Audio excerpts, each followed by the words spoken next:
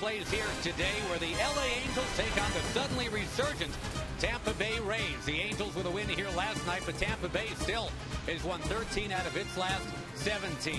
I'm Josh Lewin. Welcome to Fox Saturday Baseball. The Rays started miserably this year to the tune of 1-8, Eric Karros, but now everything seems to be going okay. Well, they have turned things around, and since April 10th, the best record in Major League Baseball.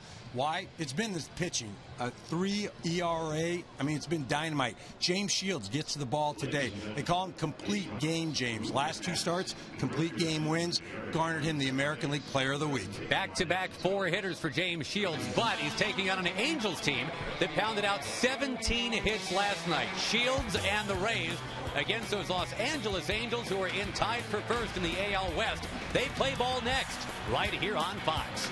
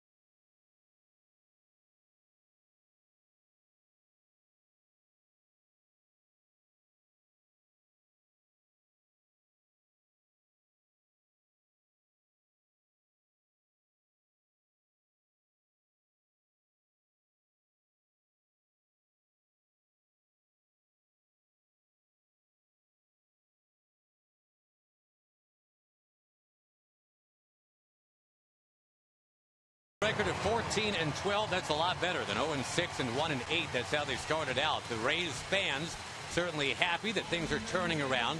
Turning back the clock a bit, too. It is 80s Day today. A lot of their players born somewhere late in the 1980s. Eric Karros, they were playing this week in baseball from about 1985 on the video board just a couple minutes ago. That was kind of cool. But these lineups today that we're going to be taking a look at, well, there's a very 2011 thing happening right now. So let's do that. Courtesy of Taco Bell, here's your Angels lineup. Is Torres, Abreu, and Hunter. Vernon Wells off to a really, really ugly start. We'll talk more about Vernon Wells in just a moment. Howie Kendrick, Eric Ibar, Hank Conger, Peter Borges, an exciting young center fielder, and Alexi Amarista has come up and has done some fantastic stuff in a short amount of time. James Shields on the mound, and James Shields, as we check out what he's all about, is a guy that certainly could not be pitching much better in a back-to-back situation. The opening pitch that he'll throw brought to you by Budweiser. Great times are waiting.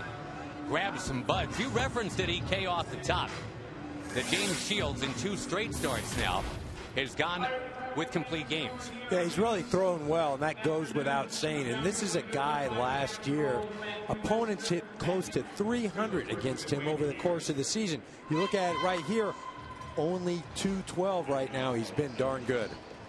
And scouting him out, what does this mean? Well, my game again. And what that means is he's got to go out there and carry this team on its shoulders. The reason I say that, this is the Rays' 4th game in just about 50 hours. That doubleheader Thursday, game yesterday, today. Position guys are tired. Go after them. This is a free-swinging Angel ball club. You don't want to give them free passes. They swing the bats. They tend to miss every once in a while. You don't want to give away walks. It's Turris to lead it off, and you're right. You'll forgive the Rays that they're a little less than fresh today. Had the Thursday night game in Minnesota after a Wednesday doubleheader.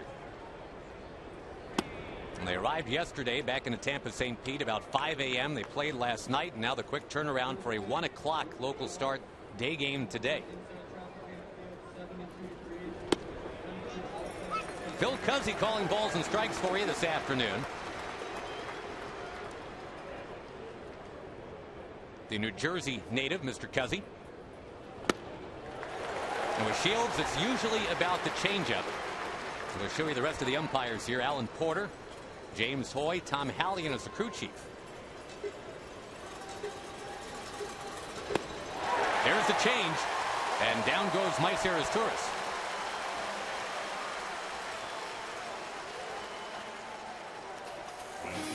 Defensively, the Tampa Bay Rays with Sam Fuld, he's been unreal. In left field, right field, wherever you want to put him. Kelly Shoppach gets a chance to catch James Shields today, a day after celebrating a birthday.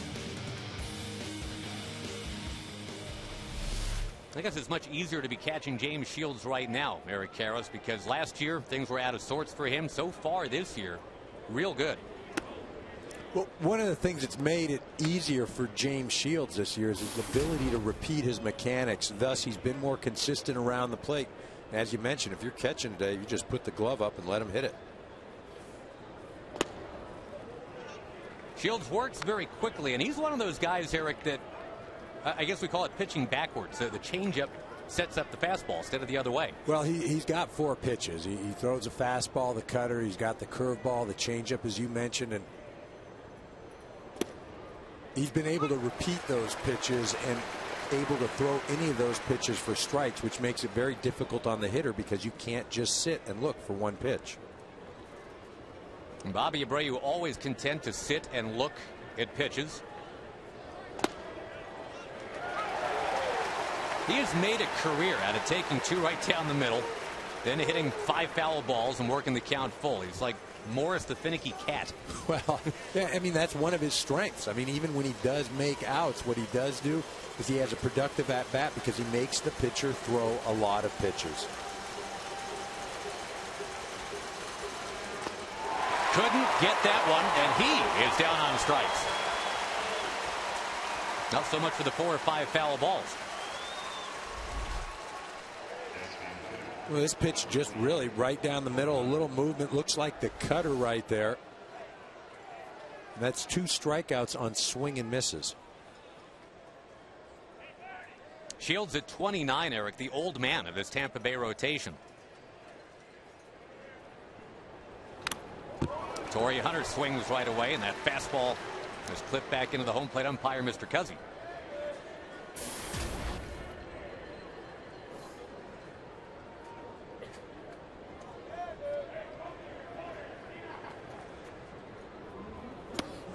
Not a great start for Torrey Hunter, nor is it for the man on deck, Vernon Wells. Wells with only 5 extra base hits all year. And you saw Torrey Hunter's hitting just .220.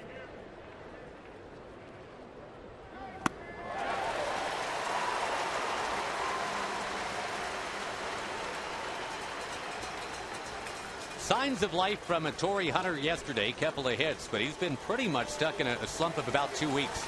Well, he's run into some home runs, driven in some runs, but the average is not there. James Shields is right there. He strikes out his Turris, Abreu, and Hunter. And you can't start your day any better.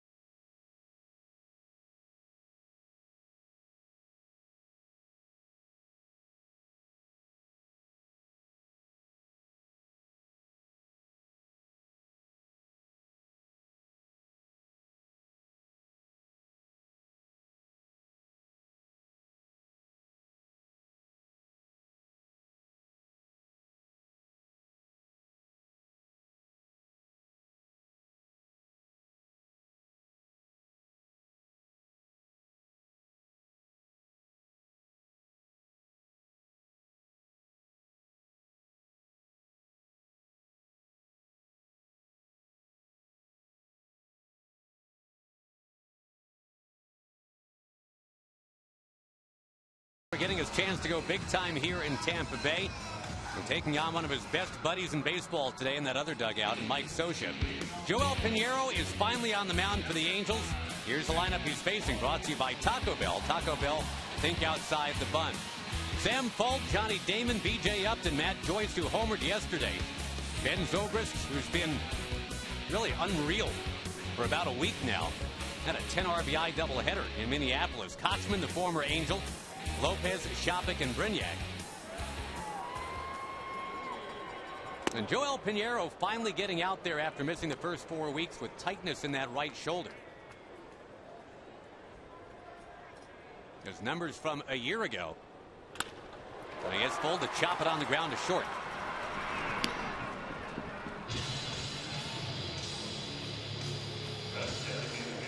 Now, Pinero, especially at the back half of last year, put up some really nice numbers for these Angels in his first year coming over from the Cardinals. He became a ground ball guy with the Cardinals, Eric, and well, he's still a ground ball guy now.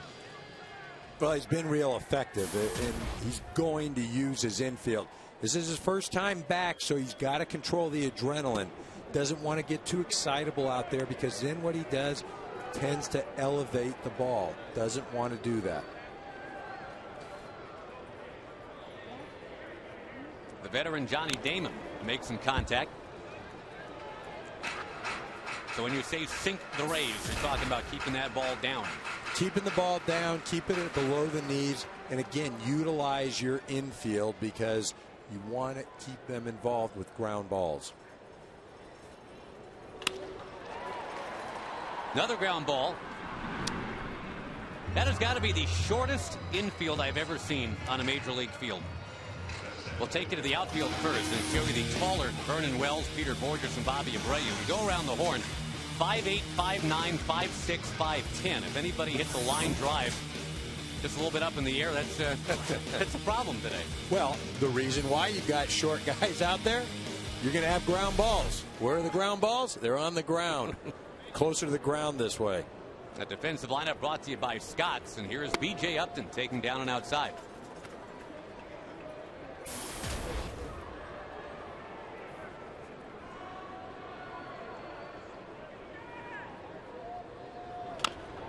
The second baseman who just made that play, Alexi Amarista, has just come up.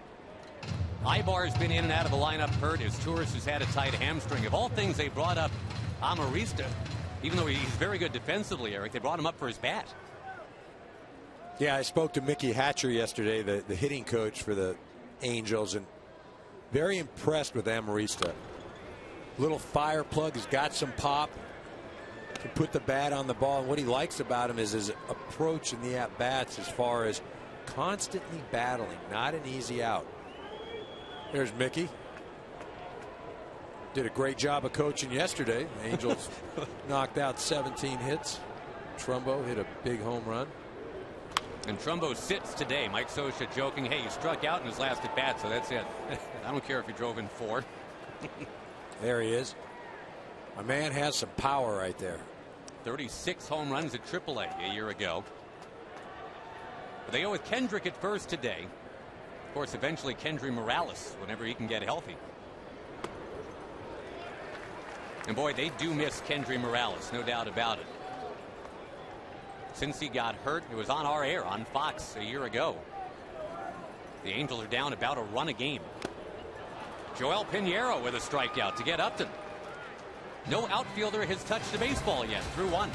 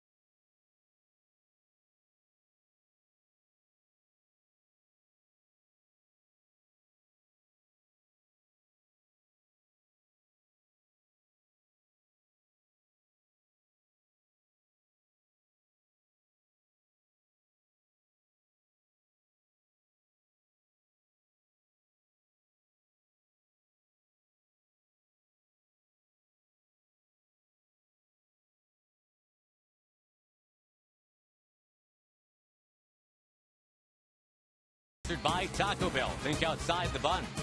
By Scott's, the official lawn care company of Major League Baseball. And by Sprint, all together now. Now Tampa Bay starting 0-6, and after averaging a run per game for basically that whole first week, the sleeping giant has been nudged awake. They're scoring more runs, and they're pitching well. For that man, Joe Maddon, we mentioned his life of service, he says, with the Los Angeles Angels and the Anaheim Angels, back to their days as the California Angels. And a win today, Mr. Karros. He is above 500 here, in charge for Tampa Bay.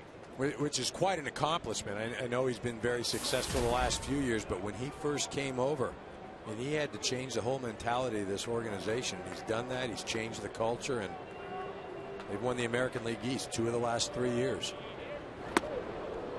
Vernon Wells, the struggling Vernon Wells, bends out of the way. Well, before Joe Maddon landed this job in Tampa Bay, Eric, he was a finalist for the job Terry Francona ended up getting in Boston. And as great of a rivalry as Tampa Bay and Boston has quickly become, how odd to think it could have been Maddon leading the so-called idiots to that World Series title back in 04. He's very content here in Tampa Bay. And he has the personality where he can fit into any situation. You know, he's very adaptable, makes things work, is not just, I'm doing it this way and this is the only way.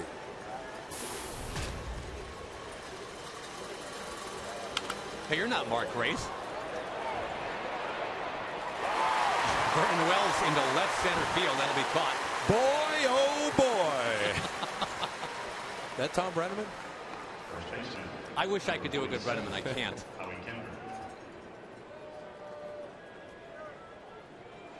Be making a lot of money if I could. Really, we are Josh Lewin and Eric Karros merely. We aspire to the greatness of that other group. Speak for yourself there, Josh. Howie Kendrick is the batter. I thought for sure you were Eric Karros. The sign with your name on it and everything at the airport. Well, Kendrick wears out these Tampa Bay Rays. I mean, it isn't even funny.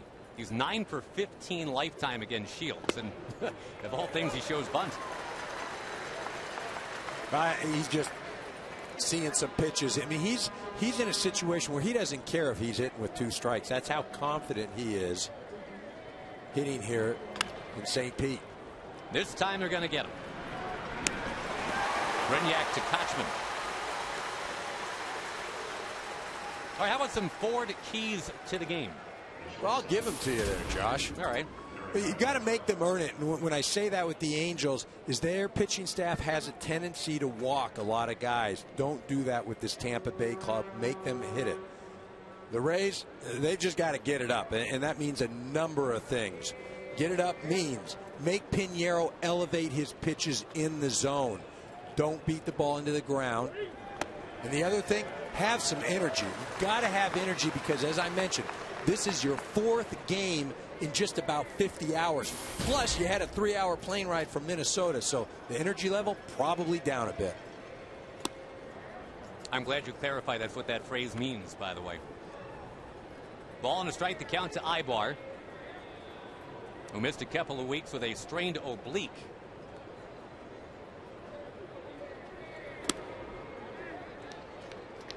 No base runners yet for the Halos today. And again, James Shields, that's been his par for the course. The last couple of starts, he's been at his best.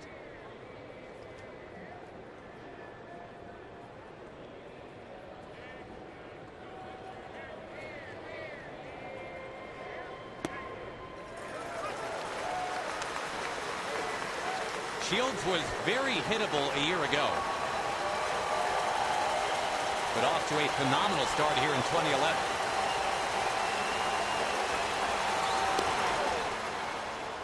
That's a good take right there from Ibar, 3-2. Well, and see, in this situation, this where it's very tough for a hitter facing Shields right now. 3-2, normally you're looking for a fastball, but he's been so good he can throw any pitch, 1 of 4 pitches for a strike. Was the fastball. The changeup, I guess, is the pitch that really has made him what he is. Maybe the best in the league when it's on.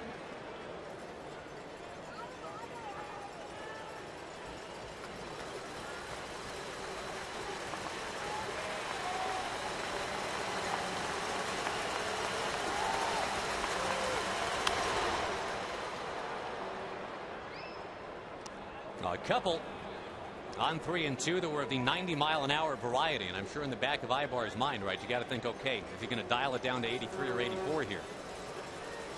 Well, and you can tell he's protecting him. He's fouled both of the fastballs off. If he was just sitting on fastball, would have made better contact. There you go, on 3-2, third straight fastball, and Ibar couldn't get it. That's 4 strikeouts already for Shields.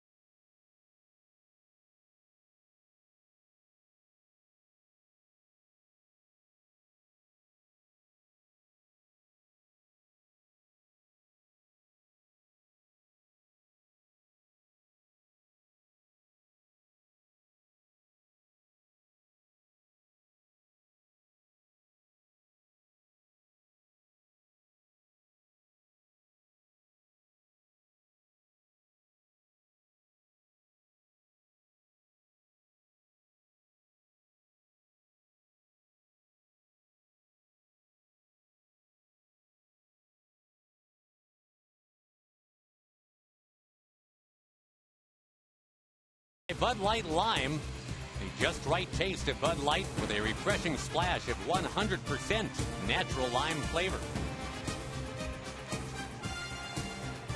Scoreless here in St. Pete. It's the Angels and the Rays playing on Fox today. Josh Lewin, Eric Karras with you. Matt Joyce eyeballs a strike from Joel Pinero, making his first start of 2011. Rehab appearance at the single-A level 5 days ago, pronounced himself fit and ready. And now facing a guy who homered last night, Matt Joyce.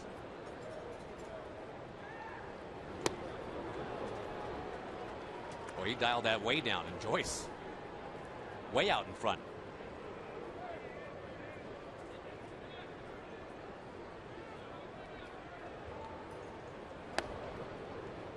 Joyce typified or maybe contributed to the Rays' comatose start this year. He got out 1 out of 20.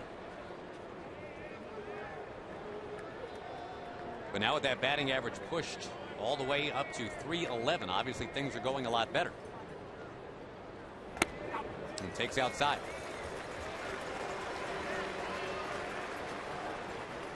Got 3 hot hitters here for Tampa Bay in the bottom of the second. Joyce, Zobrist, and Kochman, the former Angel. Payoff got him. That's a couple of strikeouts now for Pinero. You got 4 already for Shields.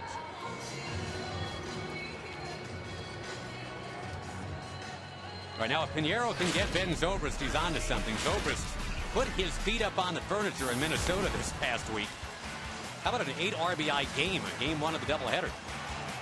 Yeah, real nice day. It followed it up with a couple more RBI, another home run in the second game.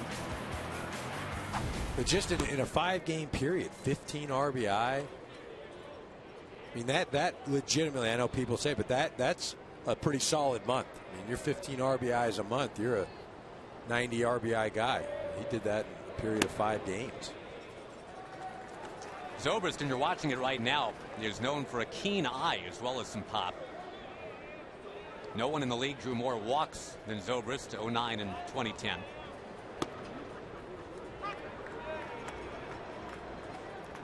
He's going to be a guy that's going to be important for this ball club this year, especially, Longoria being down. He should be back the next week or so, and the retirement of Manny Ramirez. Zobrist needs to return to that 09 form, where he hit close to 30 home runs and drove in close to 100. And last year, he just disappeared. Back in 09, he had a higher OPS than Alex Rodriguez did that year for about 1/40th of the paycheck. Going to lift that one into shallow left field. Everybody's running. And it will be captured out there by Ibar.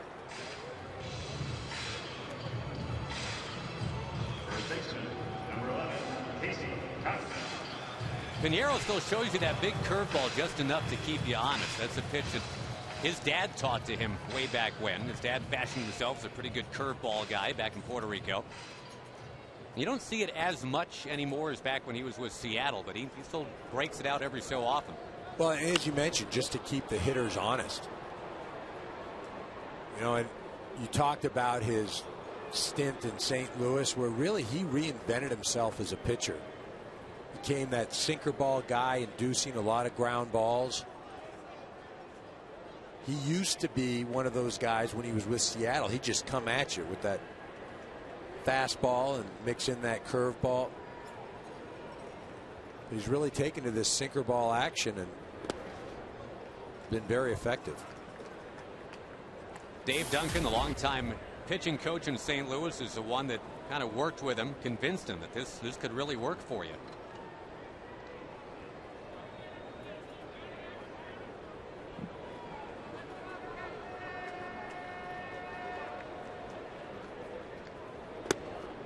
Casey Kochman came up from AAA when Manny Ramirez released himself. Boy, somewhere here in Florida, Eric, there is a warehouse full of Manny Ramirez jerseys and wigs.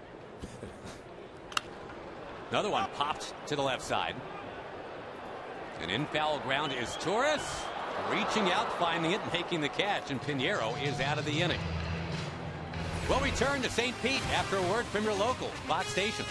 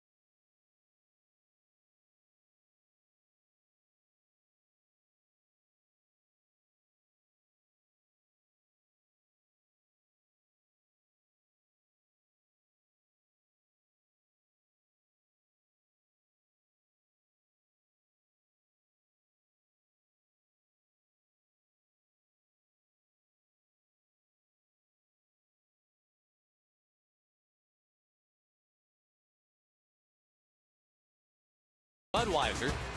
Josh Lewin with Eric Karros. We have a scoreless game into the third today. A lot of offensive fireworks here last night. And the Angels ending up breaking Tampa Bay's 5-game win streak. Hank Conger, the batter.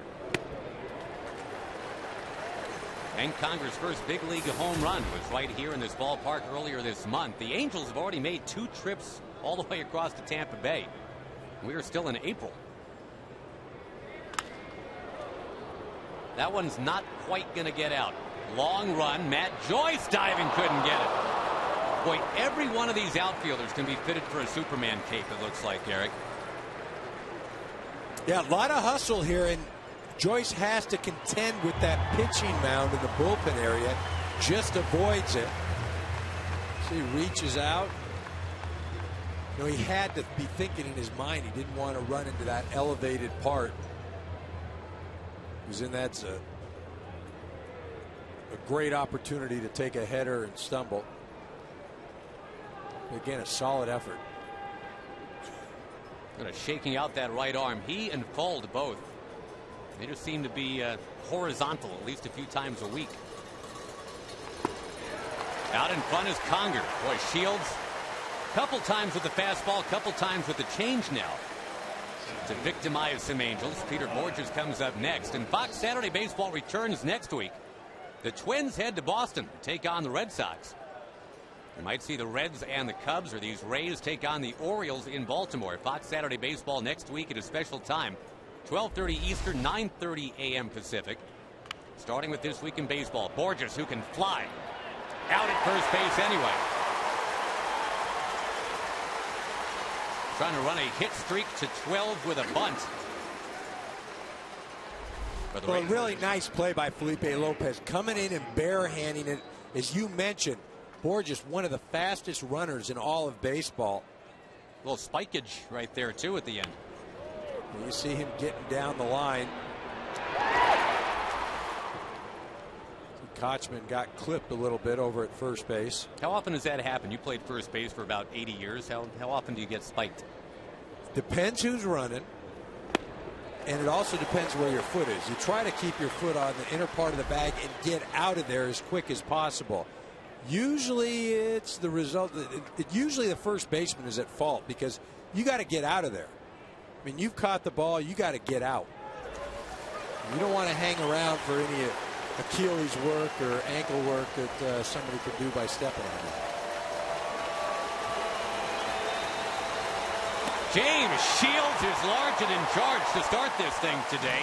He has faced 9. He has struck out 6.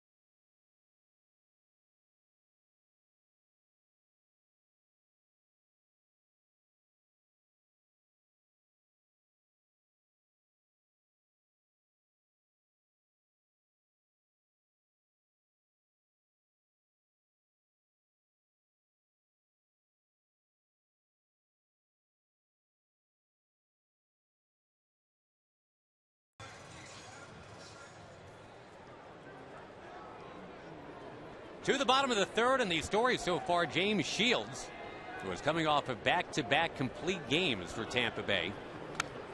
Felipe Lopez fouls one against Joel Pinero. 9 up, 9 down for Shields. 6 of those on strikeouts.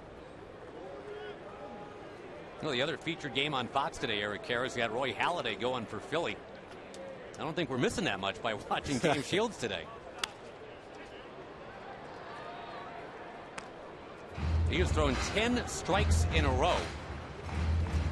You know, it's one of those things. Obviously, physically, he's in his zone, as evident by what he's done in his previous 2 starts and what he's done today. But mentally, he just feels invincible.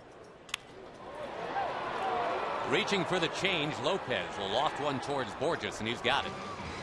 Brings up Kelly Shopping. You know, in this game, whether you're up at the plate, whether you're out on the mound, out in the field, the mental part, I would argue, is greater to the physical part. Because when you believe that you can do things and you think that you can, I'm going to go out there, I'm going to get a hit here, I can do this, I can do that. Physically, it elevates your game physically. When there's doubt created, that's when you are susceptible to being beat. Shopping will take outside. And yeah, forgive James Shields if his confidence eroded last year. He was fairly routinely getting clobbered Charlie Brown style out there. That will erode your confidence. Well, look, you have to have the physical success first before you're going to walk around with your chest puffed out and thinking that, hey, I can do this, I can do that. You know, it's one thing to go out there and, well, I know I can execute. But if you can't do it and you don't do it, there is some doubt. Right now, James Shields is, give me the ball, put your glove up, and I'll stick it right there. Shopping fouls one back.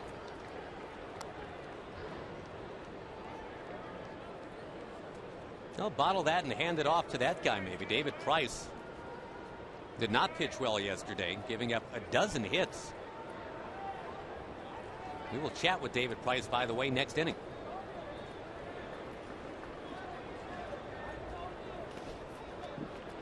Two and two the count to Shopping, who has had some issues making contact.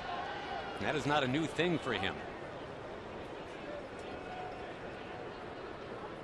Got a strong arm and a home run cut, but his problem very simply is he just strikes out too darn much.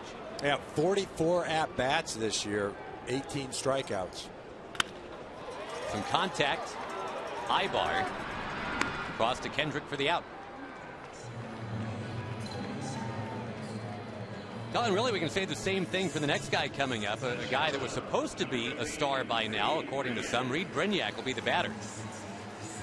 And the biggest problem facing Brignac, Eric, he just can't seem to help himself. He will swing at pitches outside the strike zone at essentially the same rate Vlad Guerrero used to for this Angels team. And since Brignac doesn't have Vladdy's long arms or the raw power, that's an adjustment he's got to make.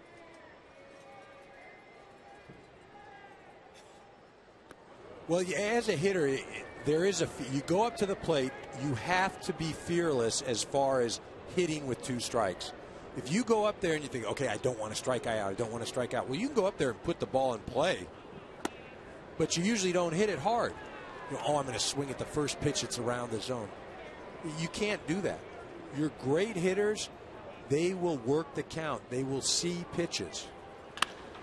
Nails that one. First base hit for Tampa Bay. And he's going for 2. He will be cut down at second base.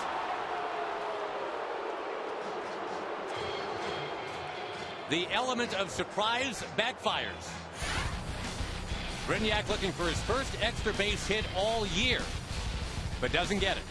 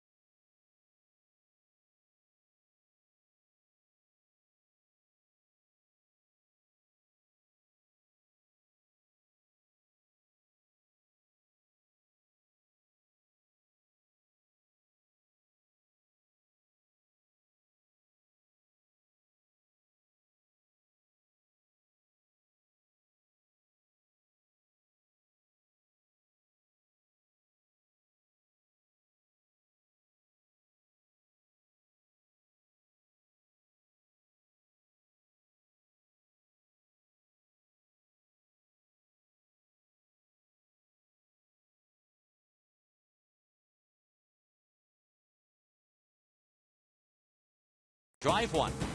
And by Klondike Ice Cream. What would you do for a Klondike bar?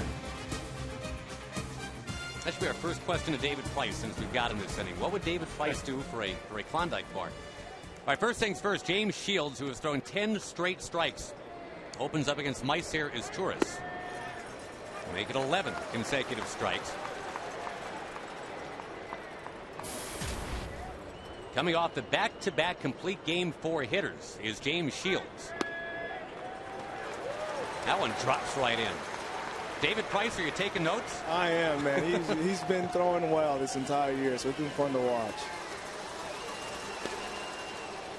1-2. All right, so for you yesterday, obviously not what you had dreamed up. What happened yesterday? A lot of hits, man. A whole lot of hits. I didn't execute pitches very well, and the ones that I did, they spoiled them, and they got a pitch that they could hit, and they put it in play and got hits. I mean, that's baseball. It's part of it. You know, the beautiful thing is I get to go back out there in 5 days, so I'm still healthy and everything's still good. Hey, David, talk a little bit about this hug deal you got going on with Shields. I mean, I was reading about it. Tell the fans a little bit about it. I mean, it just started after whenever we throw well, I guess what we feel is a good outing. You know, we give each other a big bear hug. He's kind of letting out all the tension, everything that's built up from over the course of the game. He's kind of let it out after that hug, and it feels good. So I'm guessing there was not an embrace last night, or no? No, there was more of a punch last night. Well, I would get your arms ready for after tonight. I hope so. I'm looking forward to it. Bobby Abreu, the batter.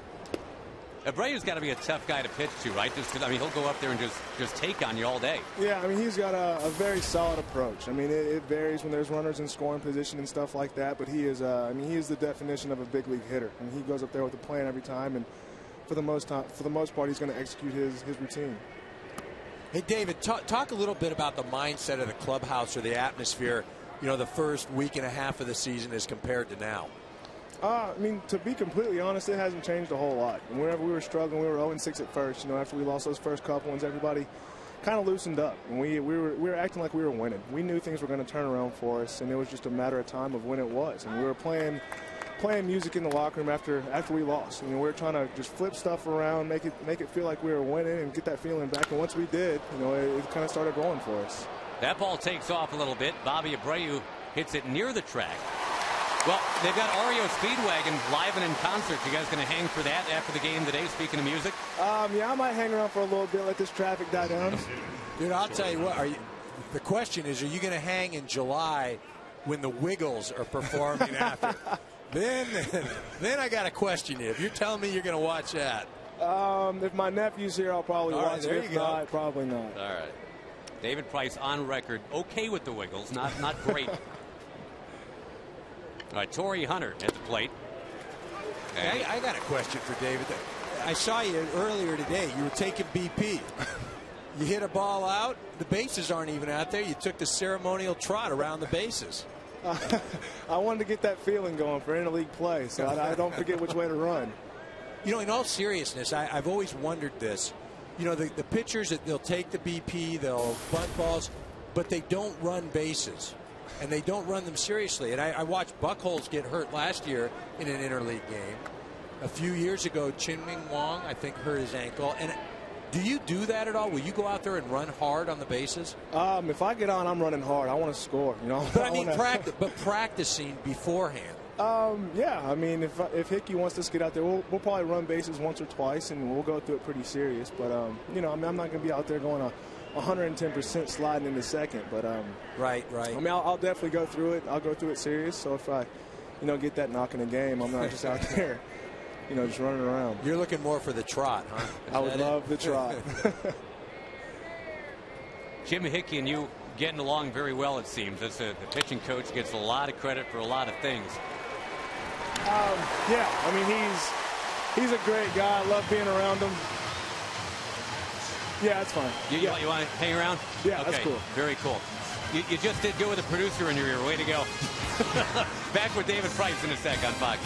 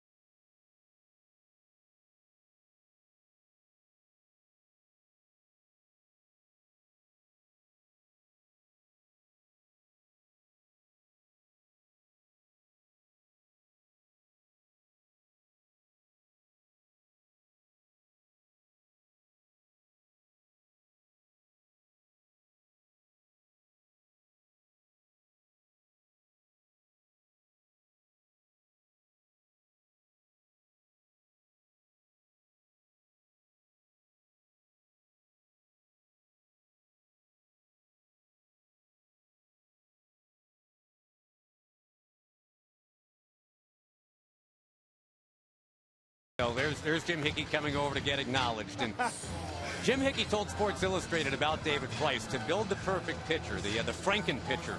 It would be David Price, 6'6", 225 lefty, upper 90s, velocity, smart, inquisitive.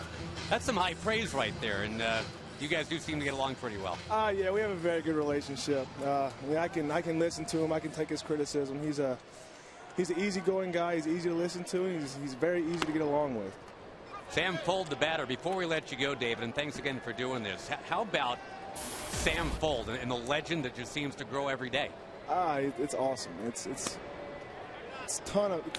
fun watching this guy play. He plays the game the right way. He plays hard. He runs everything out. Comes to the field every day ready to play, and that's all you can ask from guys, and that's what he does. Well, we'll let you get back to whatever it is you're doing today, a day after you're out there on the mound. And thanks so much for the time, my man. I appreciate it. All right, no problem. Thank you all. Thank you, David. All right. David Price in Tampa Bay today with Fold trying to bunt.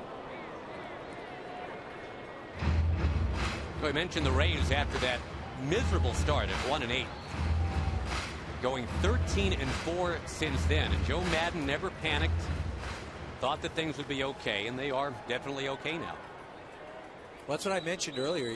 He's able to adapt to any situation. Really the first slump of the year for Sam Fold. 0 for 16 as he now wobbles below a 300 batting average. When you see that start, the 1-8, you had the Longoria going on the disabled list, Manny retiring.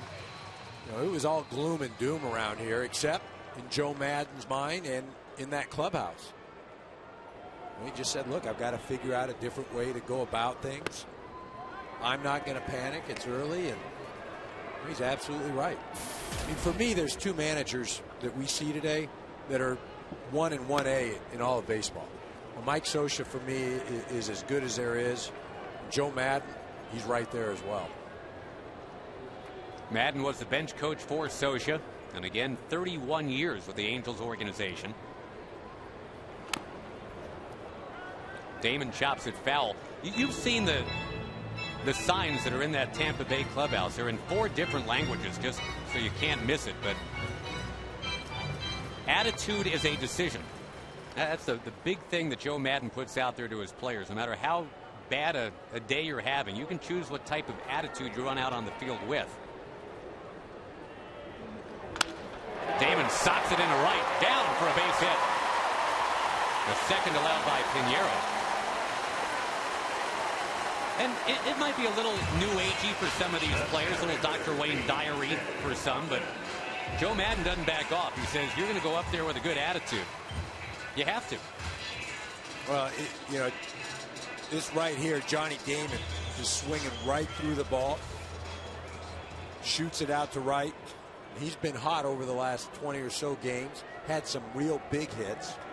Getting back to Joe Maddon, it's one thing to preach it as far as you can control your attitude, but he actually lives it. He believes it. 6-4-3 double play, and controlling a scoreless game is Joel Pinero.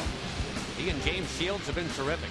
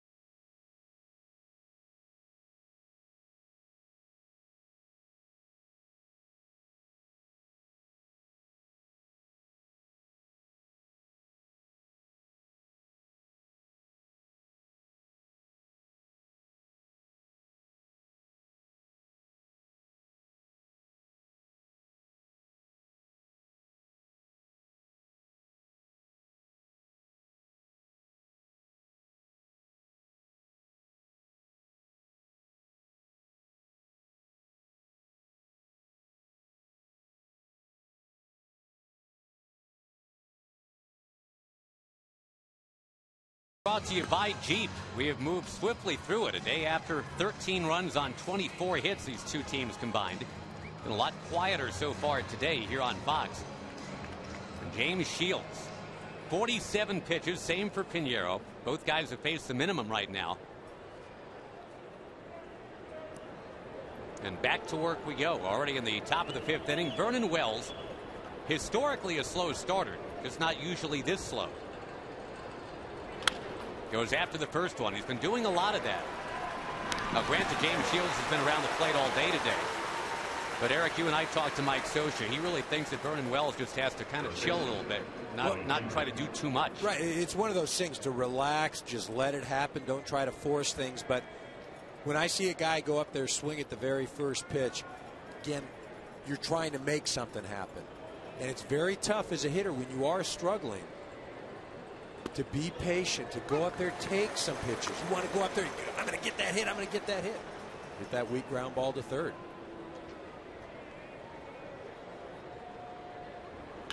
Kendrick hits a sharp ground ball to third, and it's on into left field. Felipe Lopez couldn't quite knock it down.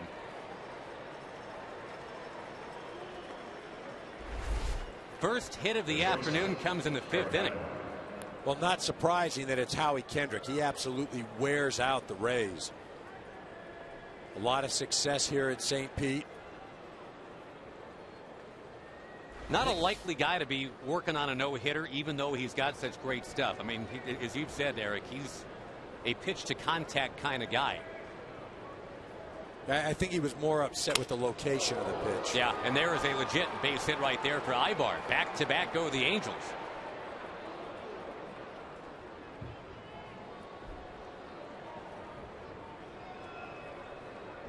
Two on, one out for Conger. Not bad location. The guy on first hoping to induce a ground ball. Again, Eric Ibar, though, having a great season, hitting .340 coming into the game. And a guy that can put the bat on the ball. No walks and only 2 strikeouts coming into today.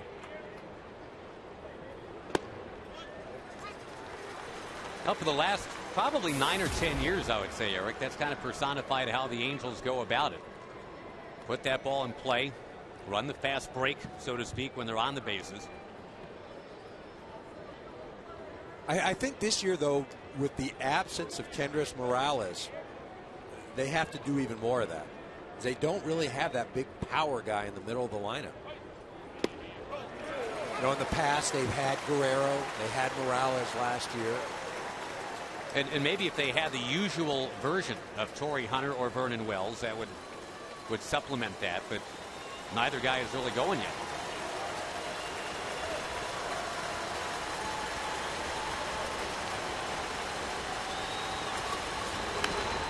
Little squibber, look at that. That's going to die on the grass, and the bases are loaded for the Angels.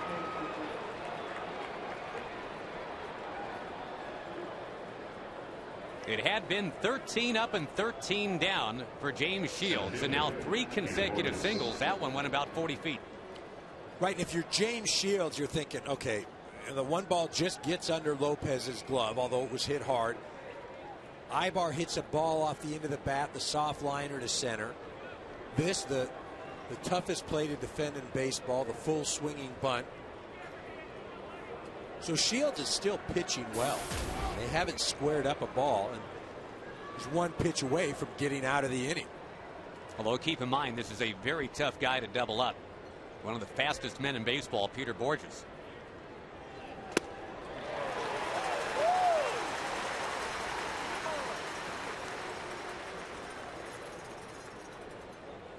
Borges tried to bunt his way on and almost did it last time up.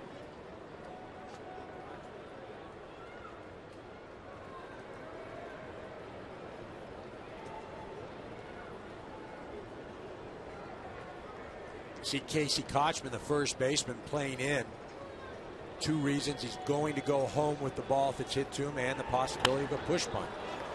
That ball yanked foul by Borges. Out in front of the change, it's 0-2.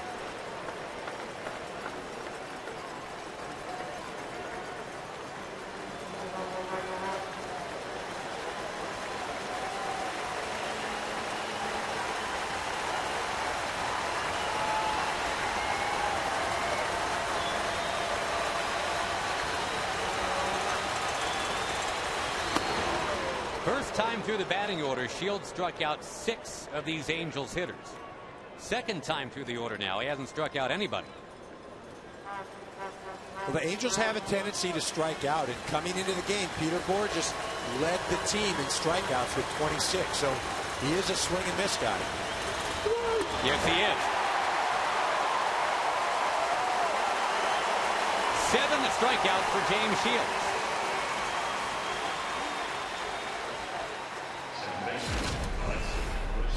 Well, he's looking for a ground ball here. He goes right after him with the fastball, and he comes in off the plate, sets him up with the high fastball, and boom, goes right back in almost the same location.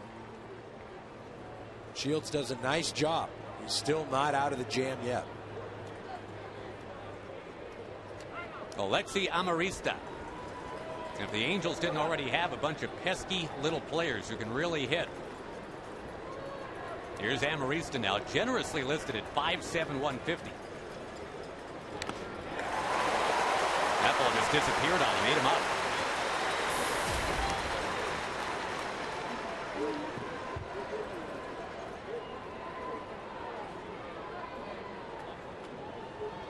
Amarista was 22 out of 55 at AAA, was leading that league. Batting in the mid-450s, coming up to the big leagues.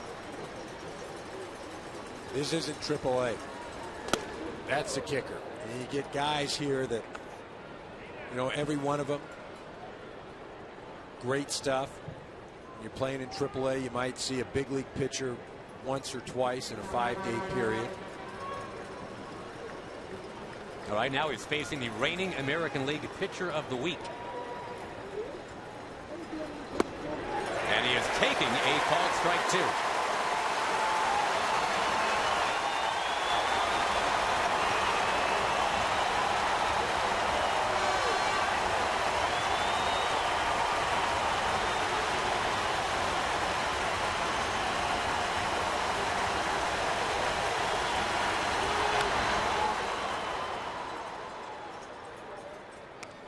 Shields coming off the back-to-back 4 hitters.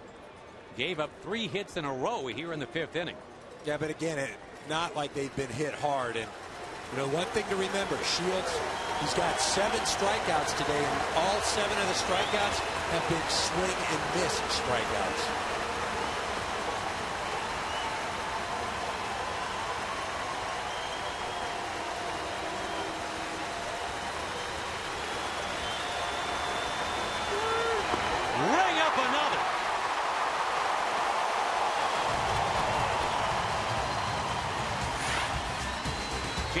Shields out of the inning. This thing stays 0-0.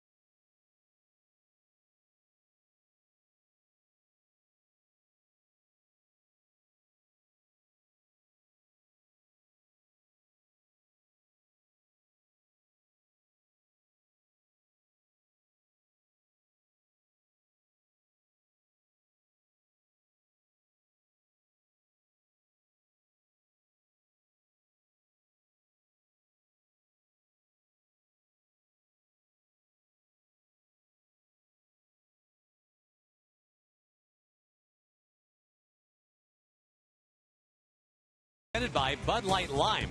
The just right taste of Bud Light with a refreshing splash of 100% natural lime flavor. 18 straight scoreless innings now for James Shields.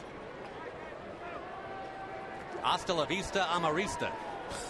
to get out of a jam last half inning. Now we'll see if Joel Pinero can hold serve. Matt Joyce, Ben Zobrist, Casey Kotchman coming up. In the air, right field. Joyce homered last night. He is homered today.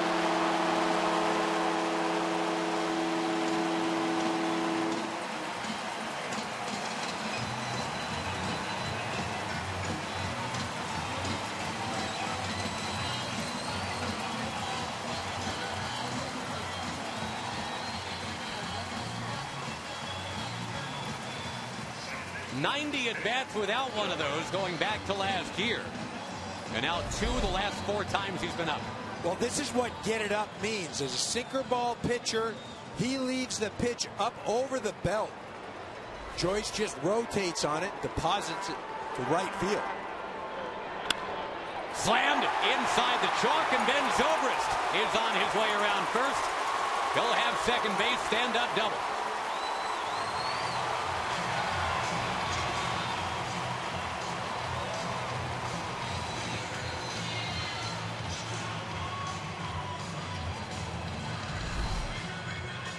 Ben Zobrist not wasting any time. His pitch out over the plate gets by a diving Howie Kendrick.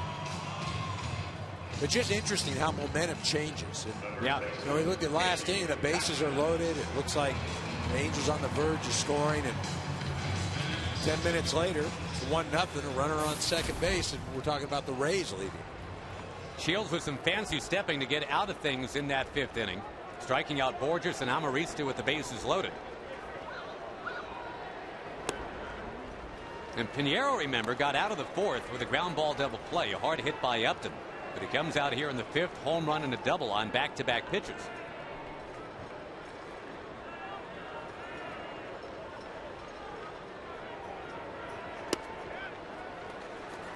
Kotchman, who began his career with these Angels, is kind of a Wally Joyner starter kit, everybody said. Projected as a 20-homer, 90 RBI type first baseman.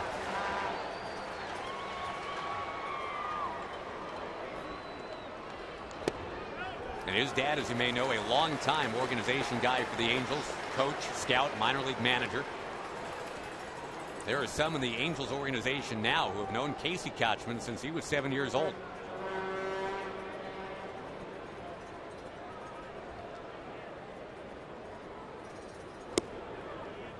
That's a strike. He was a key piece in that trade where the Angels acquired Mark Teixeira from the Atlanta Braves.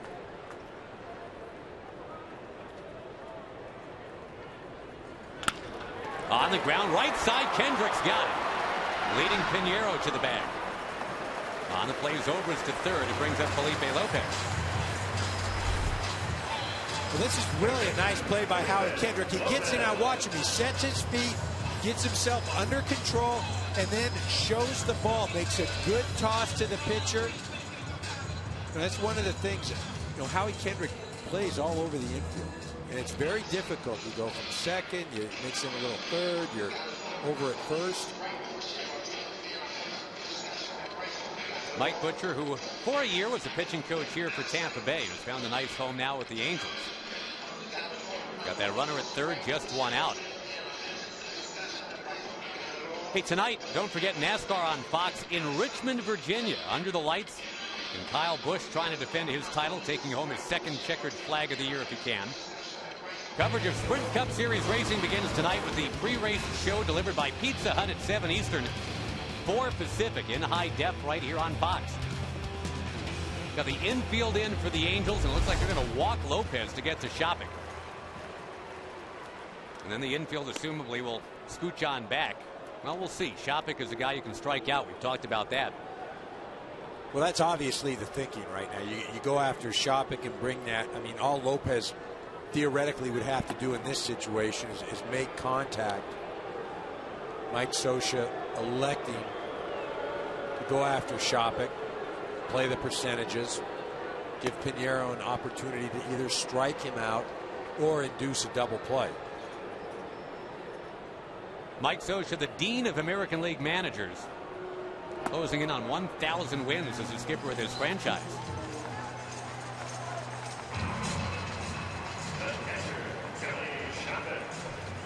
And Joel Pinero, meantime, closing in on 1,000 strikeouts in his big league career. Be a pretty good time to get number 999 right here. Infield will be halfway. And Shopik, not a guy who moves real well down the line. So if he does put it in play, double play in order.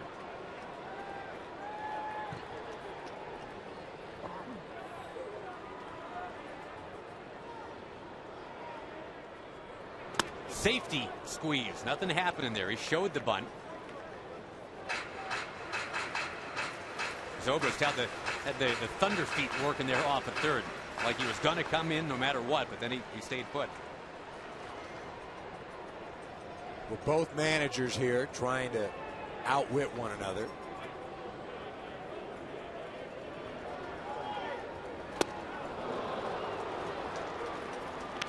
And that's one of the things, especially for Joe Madden and his ball club. You know, they're not going to just go out and out slug you. They're going to have to win games in different ways, whether it's being aggressive on the base paths, maybe doing a trick play here and there, winning with defensive plays.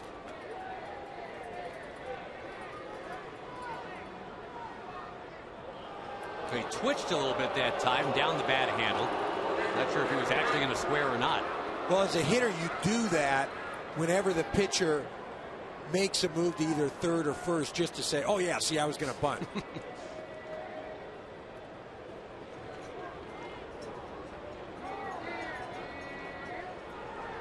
He does bunt, but not well. And again, not the suicide squeeze. Not like Zobrist was hard charging down the line.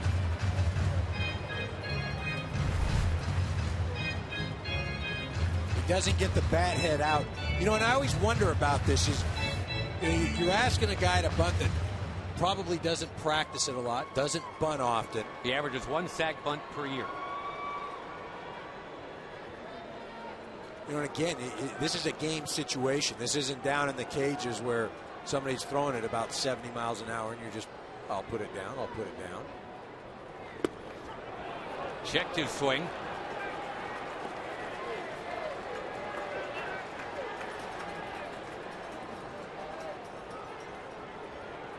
'85 or 90, probably the max today for Pinero in terms of a number of pitches. He's just back off the DL.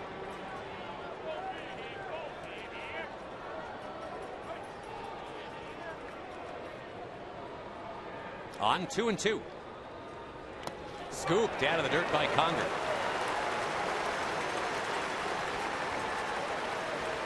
This is a tough call right here. You've got a 3-2 situation. Are you going to send the runner? Conger doing a nice job of picking the ball and then recognizing where the runners are at.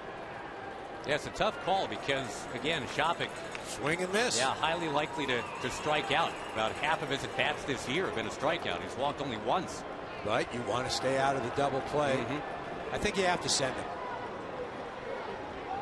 Well, trying to snip it out one way or another. Nothing tipped off yet. I say you send him. You force the Angels to have to make that strike him out, throw him out play.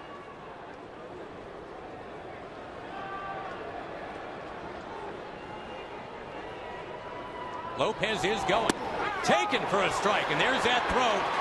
Not in time. With Zobrist holding at third. Ouch at second base. They got him at second base.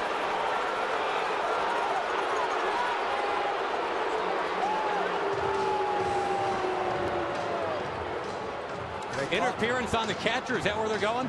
Interference, yes. Catcher's hitter interfered. Shopik walking across the bag. Therefore, interfering with the throw. Runner automatically out. Watch Shopik ducking right into Conger. It's a good call. And that's the end of the inning.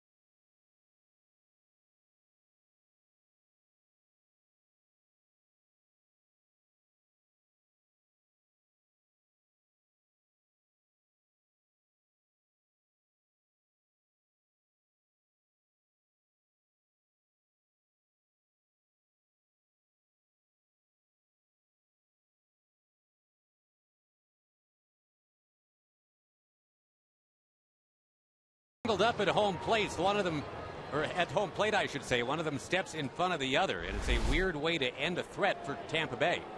Well, you see Shopik just walking across. Conger hits his hand on the shoulder, maybe even the helmet. Felcuzzi right on top of it. Calls him for hitter's interference. That ball slashed by his Torres, sinking in the left, but it's caught. One pitch, one out. Bobby Abreu comes up. 1-0. James Shields working with that slim lead. A Matt Joyce home run gave him the lead. And the Rays were looking for more. They had runners at the corners. Remember the intentional walk of Lopez to get to Shopik, who was trying to bunt the man in from third, couldn't get the bunt down. Well, he was. The thing about that, though, is he's got to know that Lopez is stealing. Because if he knows that, then he doesn't just walk off after he strikes out, causing the interference. I don't think he recognized or knew that Lopez was stealing second in that situation. Yeah, otherwise you got to freeze, right? Make sure you got to do something, especially as a catcher. You know that.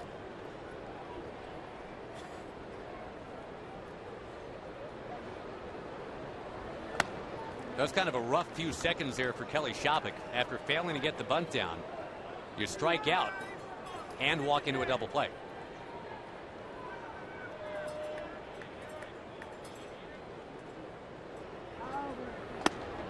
We mentioned earlier the legendary patience of Bobby Abreu. He will take the count to 3-0 on Shields.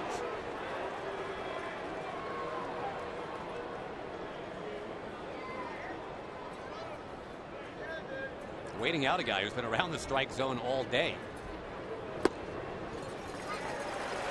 Shields striking out 8 to this point. That includes Borges and Amarista with the bases loaded last inning. But again, of those 8, all of them swinging. That tells me that Shields has no-hit type stuff today. Because this is when you're swinging at a pitch, you think that you can make contact, you think you can hit it, and you're completely missing it. Instead of striking out with that was a bad call by the umpire, you're swinging and missing. That is a taken called third strike, and there's 9 for James Shields. Today's game presented by Budweiser is sponsored by Chevrolet, proud to support youth baseball across the country. By Michelin, a better way forward. And by ExxonMobil, taking on the world's toughest energy challenges.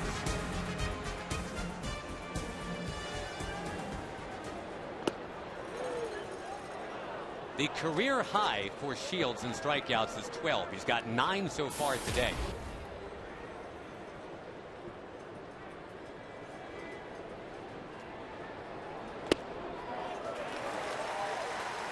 Let's take you back to the Abreu at bat. Well, significant because this is the first strikeout where the hitter hasn't swung. See that? A very tough pitch to hit.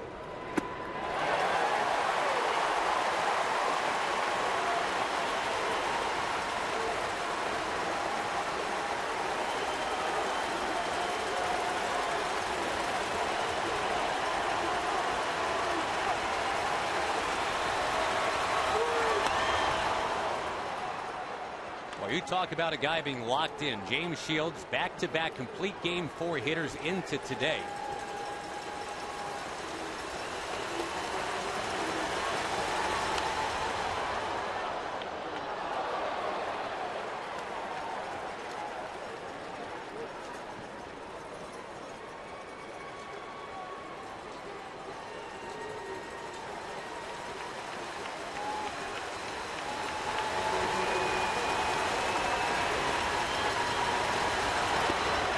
Number 10.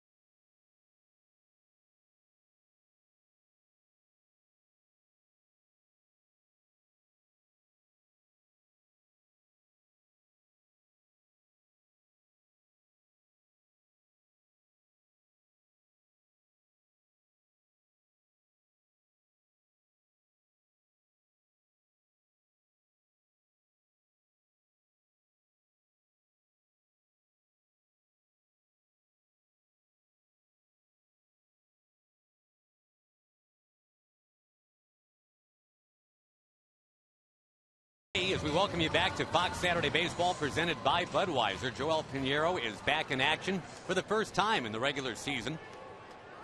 He's been upstaged today, Mr. Karras. He's pitched fine. It's just that Shields has been better. Yeah, I'll go out on a limb. He hasn't just pitched fine. He's really only made one mistake. I think he's pitched great. You add him to the rotation of Jared Weaver and Dan Herron. Well, already a first-place Angel Ball Club. Wow. Brignac sweeps one foul. Herron and Weaver are 1-2 in the American League in ERA.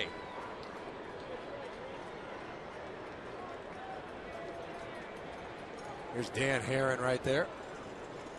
Kind of puts the hair into Herron, doesn't he? He's an aspiring you.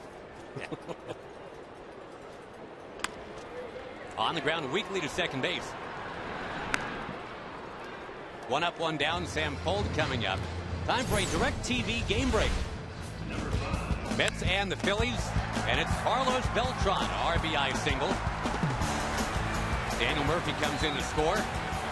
In every Major League game and the most in HD, call 1-800-DIRECTV.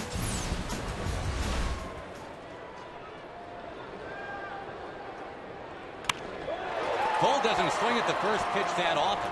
In fact, about 1 out of every 12 times up, he does it here. And it doesn't work. His slump is now 0 for 17.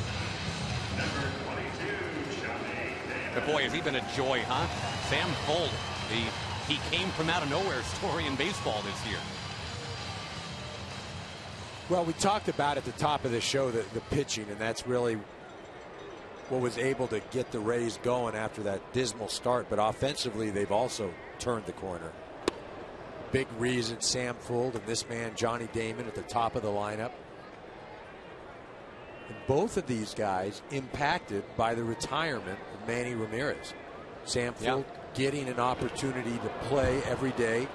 Johnny Damon moving into the DH spot, which at his age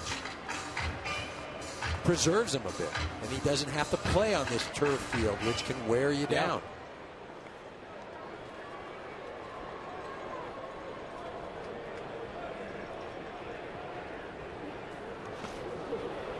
One ball, 2 strikes. Damon drew up not too far from here, up near Orlando. You know, he didn't even hit 300 his senior year of high school.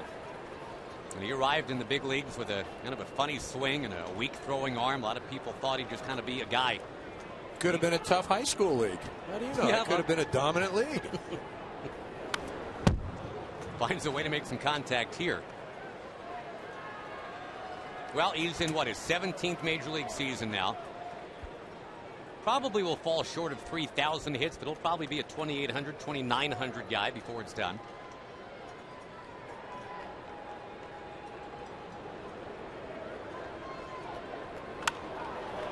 Lunging forward, and he pops it up. And our pitcher's duel continues here at Tampa St. Pete.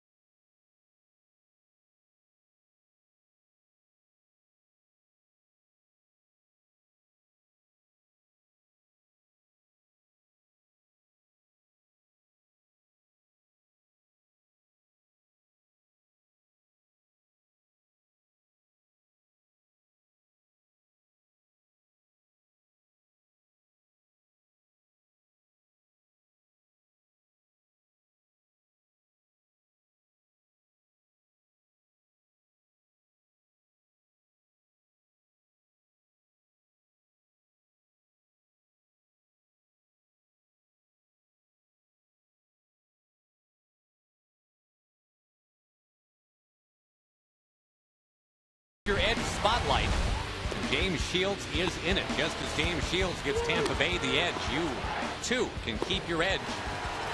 That's with Just for Men mustache and beard. He's got beard, not so much mustache. That's okay. He's doing it, though, today. Wow. If Screech from Saved by the Bell had been a pitcher. Is that your call? I think he's very Dustin Diamond looking. And dominating today. 10 strikeouts through 6 innings. Vernon Wells has put the ball in play twice. Now, Wells went after the first pitch last time up, and we had kind of hinted at it, EK, that he's been doing a lot of that. Well, and when you are struggling, when you go up there and you're going to be aggressive, you hit the curveball. When you're going to take a pitch, it's a fastball right down the middle. And it's just, he's in between. You know, and there you see he swings at the next pitch, and it's an off-speed pitch. He bounds it to the third baseman. That's where you just got to keep grinding. You keep doing your work. You keep going out there. And that's what's so difficult about this game, baseball. It's every day, and it's just humbling. And it wears on you mentally. Wells now batting in the mid-170s. Brings up Kendrick.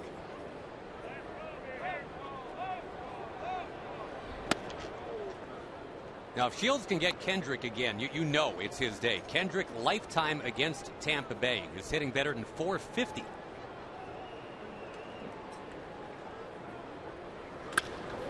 He's going to pound one into right center field. It's uncanny. He is now, let's see here, 11 out of 18 lifetime against Shields. He's got a 7 out of 10 against Jeff Neiman. I mean, there's some good pitchers on this Tampa Bay team. Kendrick doesn't care. Well, he doesn't care. As long as you're wearing a Rays uniform, you're going to be meat as far as Howie Kendrick coming to the plate. But what's smart, though, don't let him beat you. You know, don't feed him anything that he can drive out of the ballpark. His early part of the year, he's got 6 home runs. And the Rays are aware of that.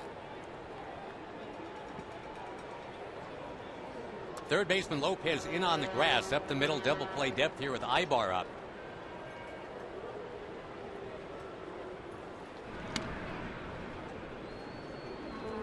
Only run of the game, scoring bottom 5 on a Matt Joyce home run. He was homered in both games of this series.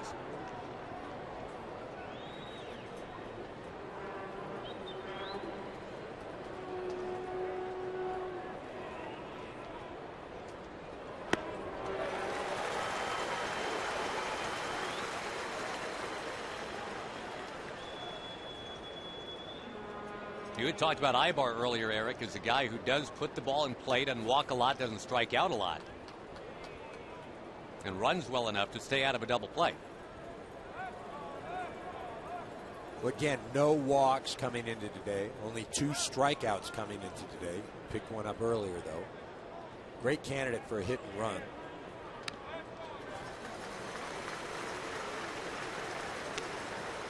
Do you still think about that with 2 strikes or no? I don't think I've ever seen a manager put on a hit and run with 2 strikes. Even a guy that handles the bat like that? More of it, what they would say is it's a run and hit. Mm-hmm.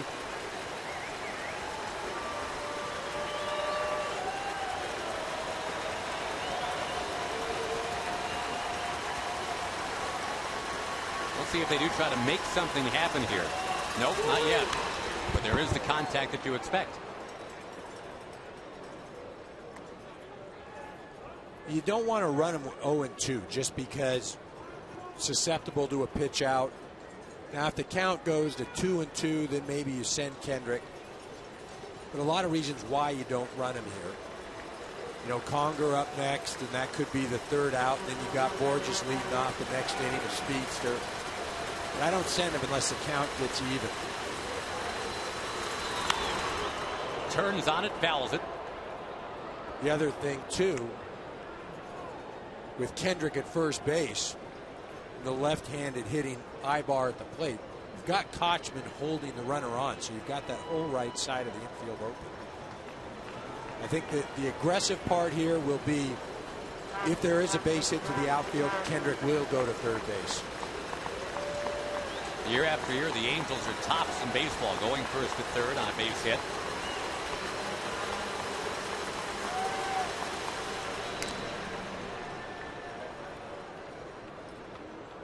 And I'm with you. I mean, it would be highly unconventional to go on 0-2. But Shields is going to keep him as close as possible.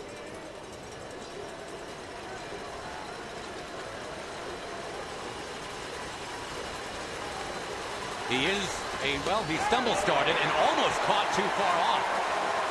The strikeout is rung up. That is 11 for Shields. And there was a quick thought there for Shopik, trying to gun it on down to first.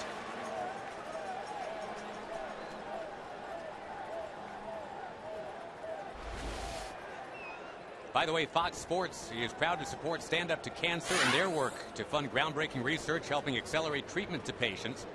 To learn more, please visit standuptocancer.org/Fox Sports.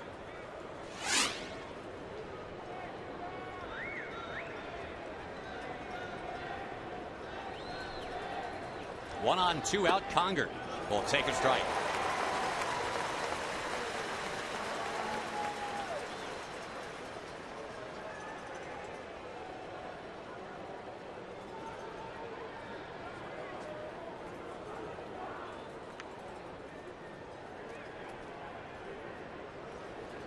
That is a measure of how well Shields is pitching today, striking out Ibar 2 times. He had struck out 2 times all year. Weak contact, and Shields has got it. 1 out single fails to blossom. We have hit the 7th inning stretch here in St. Pete. James Shields doing it again.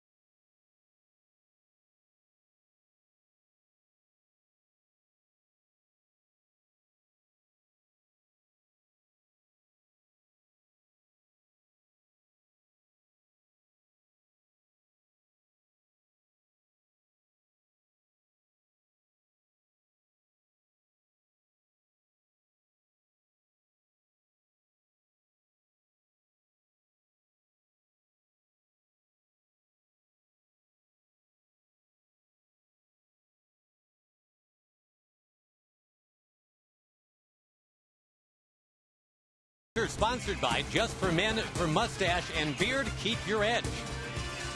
And by the new 2011 Jeep Grand Cherokee.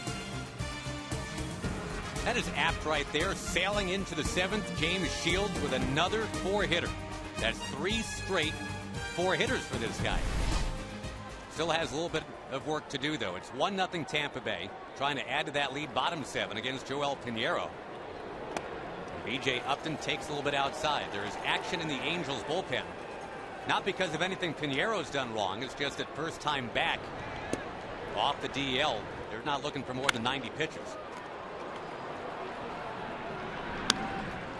Out number 1 is B.J. Upton. It brings up the man who's driven in the only run of the game, Matt Joyce.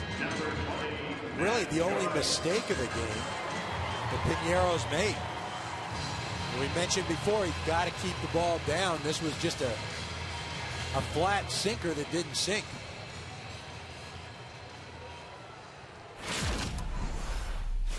And here it is. You see that's a fastball up around the letters.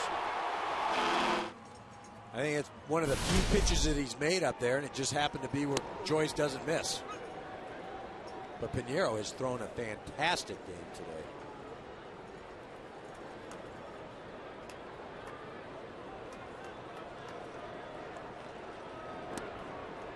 Joyce, a former Detroit Tiger, actually grew up very close to here in Tampa St. Pete.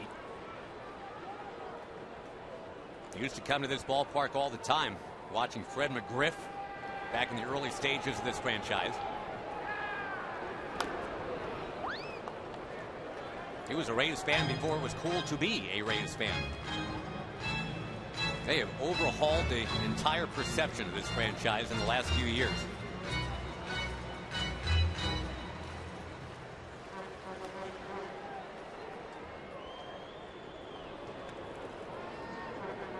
New ownership has a lot to do with that.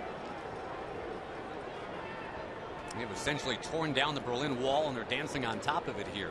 It was a very stifling environment here. Not anymore. Grounded to first. And out number 2. This week, back-to-back days of the UEFA Champions League semifinals. It begins with one of the world's great sports rivalries. Barcelona battles Real Madrid. That's on Fox Soccer. And then Man U takes on Schalke on FX. Check local listings for the start time in your area. B.J. Upton, who led off this inning, will be watching for sure. Probably the leading aficionado of the beautiful game.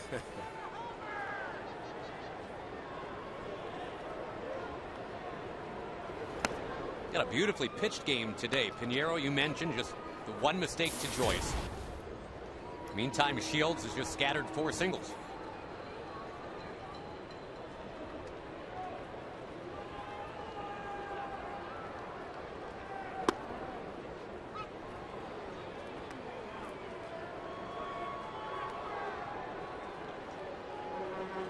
See where Pinero sets up with the left-handed hitters. Gets his ball to run away. Zobrist chips it into center. And again, for Pinero, a fantastic return. But Shields in Tampa Bay on top.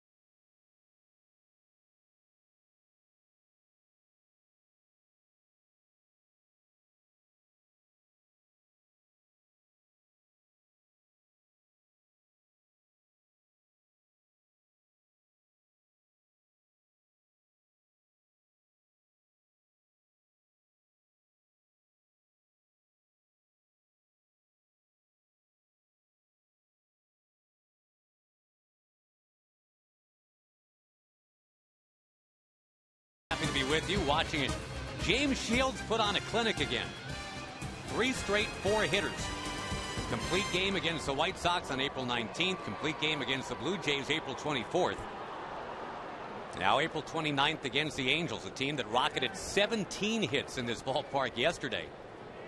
Got a 1-0 lead. Peter Borges batting. He's got an 11-game hitting streak. And the guy balls strike one.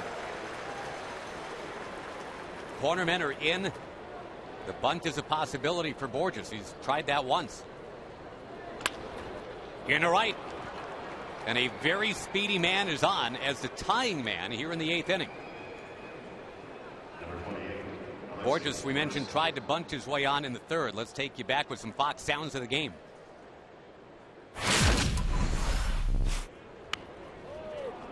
He's going to step on Casey Kochman's foot. Yeah, I stepped on his foot by accident. No, when I said, I dug in, he's like, hey, no bunting or stealing, they just hit triples and homers. I said, all right. We've seen some triples and homers from Borges already. Yes, we have. Well, we see a bunt here from Amarista. Close at first, no go. I don't think there's any question right now that Amarista will be asked to bunt. Put Borges and his speed to work, especially after striking out twice against Shields. Gunned over there, and it's close again.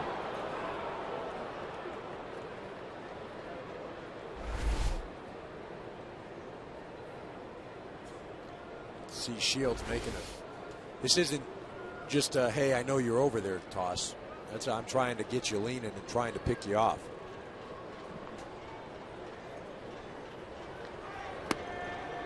Shows the bunt that takes outside.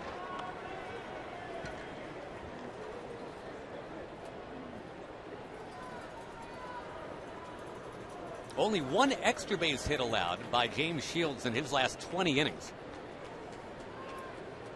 And really only a couple of baseballs hit hard against him all day today.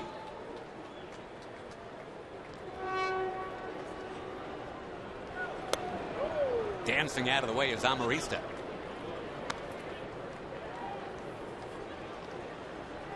Now, see, this may be a situation because the count is 2-0 that you might think about putting a hit and run on. I would not do that here because Shields has missed so many bats today. I'd still have Amarista try to lay down a bunt. Lopez way in the 3rd. Borges is going. And the throw is going to be in time.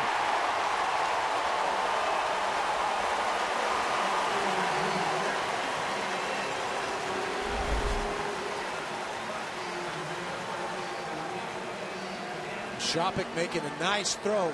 More impressive, though, is Brignac. The way he's able to pick that ball. It bounces in the dirt. A lot of times guys try to field that short hop. They have to come up a little bit.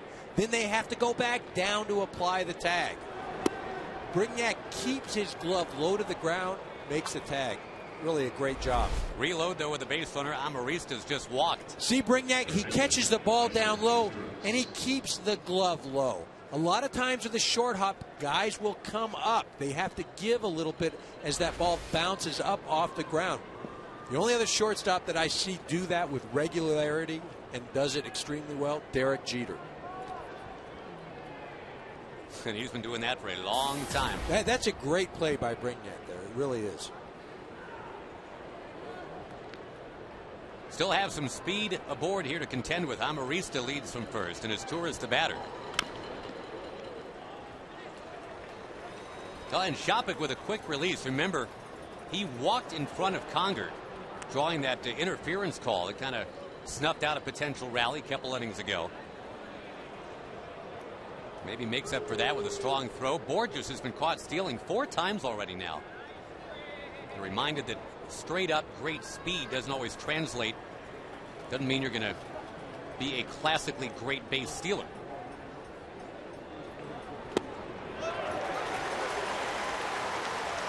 Maybe something to hone with time. He's got plenty of raw materials with which to work. Well, again, you can outrun people in the minor leagues. When you get to the big league level, there's a lot of nuances that, look, speed, talent, all those sorts of things, it's not going to get you by day in and day out at this level.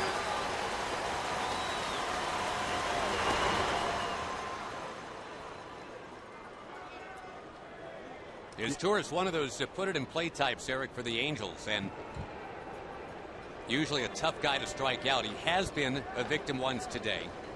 And Shields with a couple strikes on him here, looking for number 12 this afternoon. Right, you talk about put and play. That's over the course of a season. That's against a lot of other pitchers. Today, Shields is a swing and miss guy. A little bit of contact right there to keep it 1-2. Tying man at first with speed. And the veteran Bobby Abreu waits on deck. Again, you can't run him in this situation. The aggression is first to third on a base hit. But you've got to let Abreu come to the plate, possibly hit a ball in the gap, and you can score from first. You don't want to strike him out, throw him out here.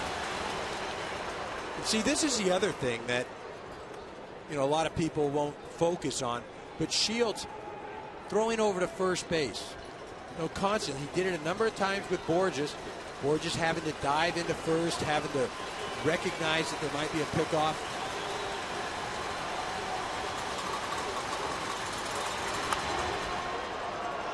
Again, his tour is a tough guy to finish off.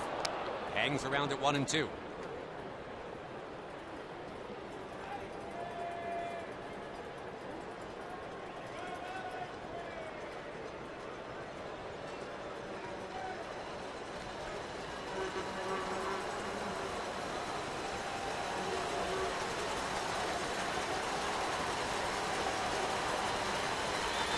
He got him. It's number 12.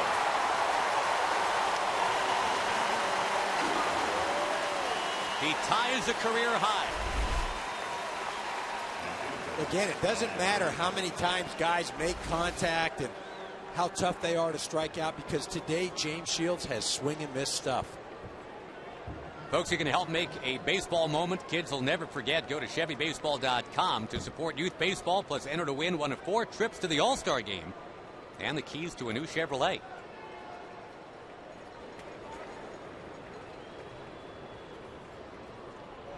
So again, to keep him close. That one almost got away.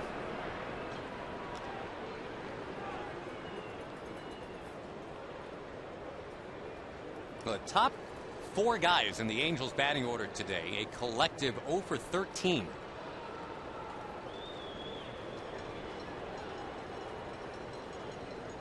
Abreu the hitter here. And for the first time, there is action in the bullpen for Tampa Bay. Just up and over 100 pitches now is Shields.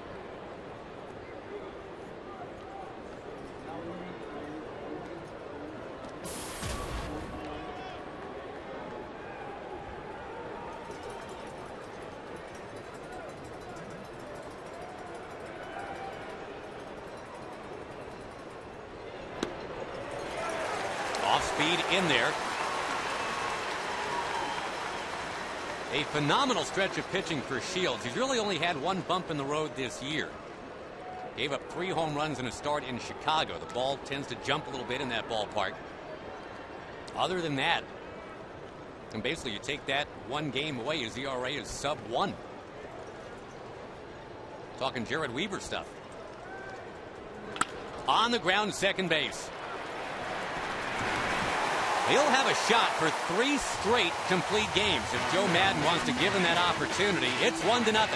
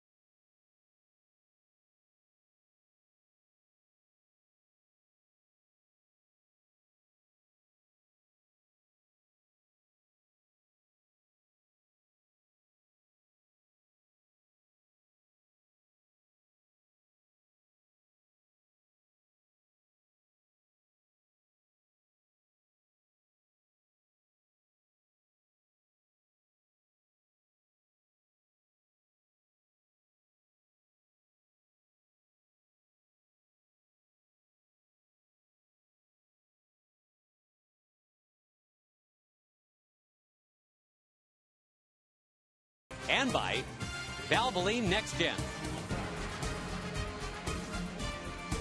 Beautiful outside, it is beautiful inside if you're a fan of good pitching. A 1-0 game today, 9 hits total. And Hisanori Takahashi takes over for the Angels. Joel Pinero off the DL in a very strong effort today, holding this Tampa Bay team to just 4 hits, just 1 run. And the former New York Met Takahashi. Kochman, Lopez, and Shopik do. Now, he usually gets the lefties out. He will not retire Kochman.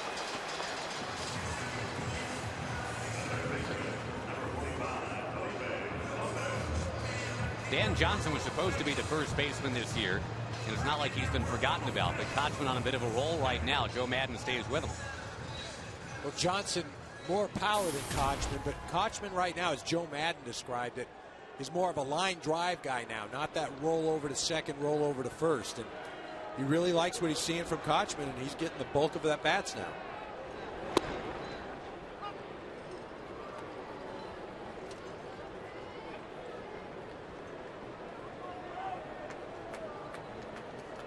Lopez, a 10-year Major League veteran, is in a 3-for-30 slump right now.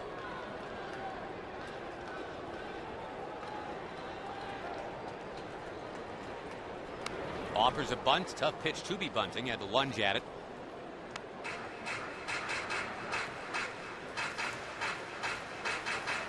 Ten hits in the game total now, EK, most of them singles.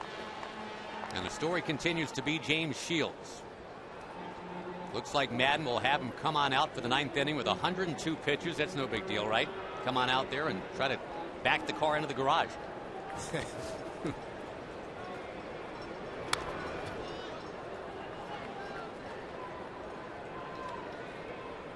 I think with the way Shields has thrown today, he's basically avoided any kind of trouble. Remember, he did have that bases loaded situation early in the game, but it wasn't as if the Angels hit the ball well against him that inning. But he's dominated the hitters. Talk about the number of swings and misses. You've got to run him out there for the ninth. And it hasn't just been that changeup. That's the pitch that he's kind of become known for. He's been mixing in everything else, and it's just been an off-balance kind of afternoon for the Angels, really, from the first inning. Well, really, 4 pitches today, and been able to throw them when and wherever he wants. And that's a great sign going forward for Tampa Bay this year. If he can get back to where he was, and right now it's +1. Just kind of fast forward past a disappointing 2010. It looks like he's doing that. Well, and that was one of the reasons why they felt like they could trade Matt Garza to the Chicago Cubs. They thought no way Shields was going to struggle like he did last year. ERA over 5, gave up over 30-some home runs. On the ground, bobbled at third, recovered at third. That's one of the most unlikely double plays you're ever going to see. What a recovery.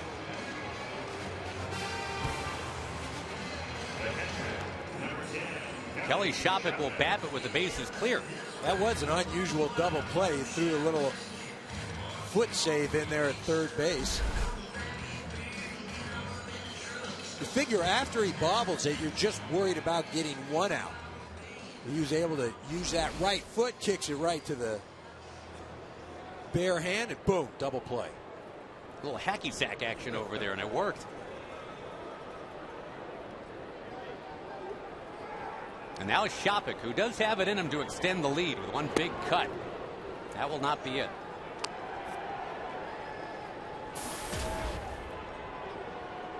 Now, Peralta, the former Angel, was up just for a moment in the bullpen during the 8th inning, but there's no action in that Tampa Bay pen right now.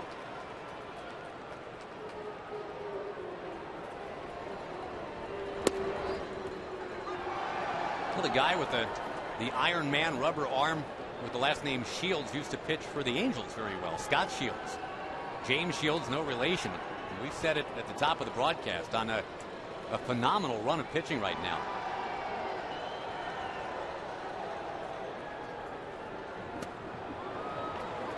We'll see if James Shields can finish what he started. A 1-0 lead as the Angels will now bat in the 9th.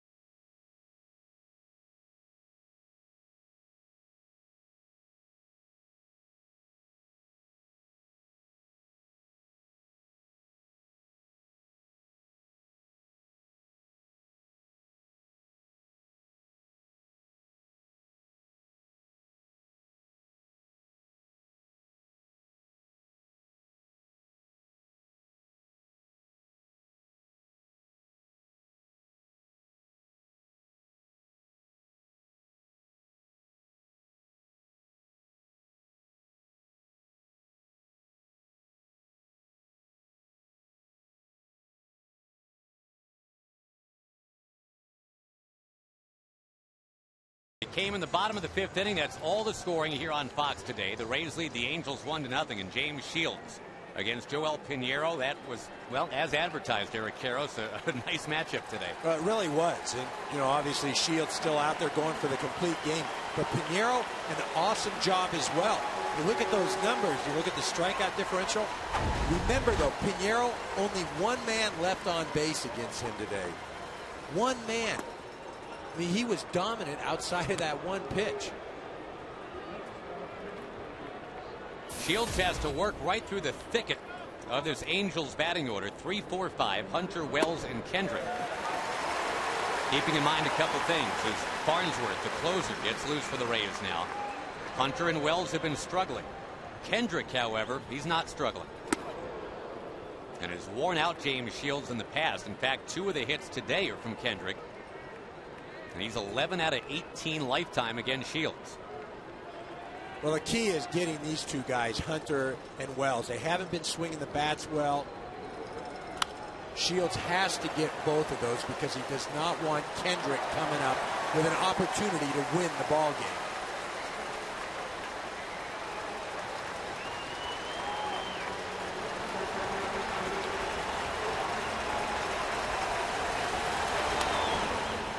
Chipped foul by Torrey Hunter. He's been victimized twice today. He's also grounded to short.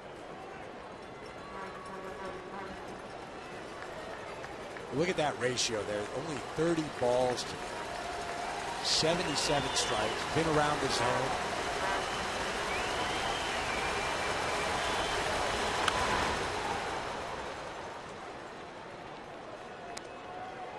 You got some known quantities at the top of this lineup as Torres, Abreu, Hunter, and Wells.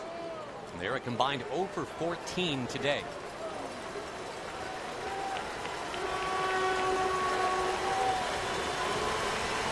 Pegged into left field, base hit, Torrey Hunter.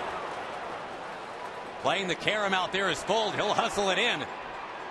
But it's too late and backed up. The tying man at second base. Vernon Wells is coming up.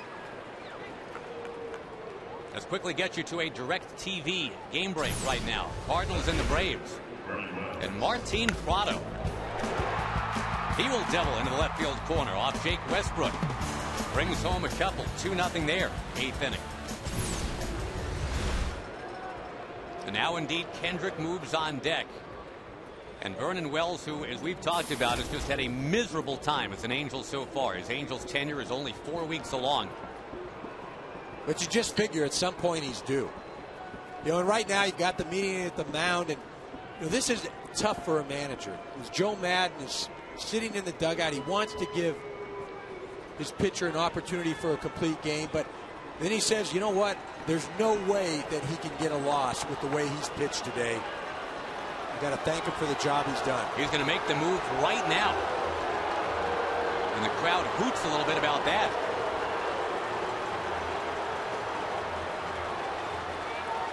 They're going to trust Farnsworth to get this thing done. James Shields was great.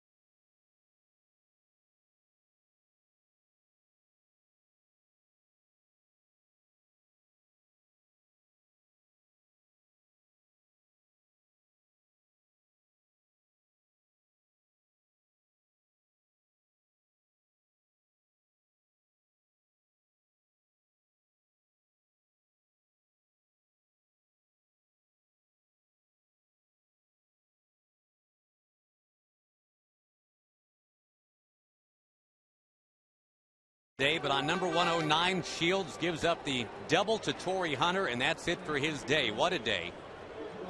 12 strikeouts ties a career high, and now Kyle Farnsworth with a runner at second, nobody out, 1-0 game's going to face Vernon Wells. Swinging right away off the shin of Farnsworth. It does advance the tying man to third. Wells still looking for that big RBI, the one that will win him the hearts of Angels fans. He doesn't get that, but he does move Hunter to third. Well, he ends up moving the runner over. You see Farnsworth here. Big, hard thrower. He got the fastball, the slider. Had a nice start this year. 5 for 5 in save opportunities, but not feeling right with that ball off the shin there. In the past, Farnsworth has had some issues when asked to close. But he's been perfect as a Tampa Bay Ray so far. They're going to check him out, make sure he's good to continue.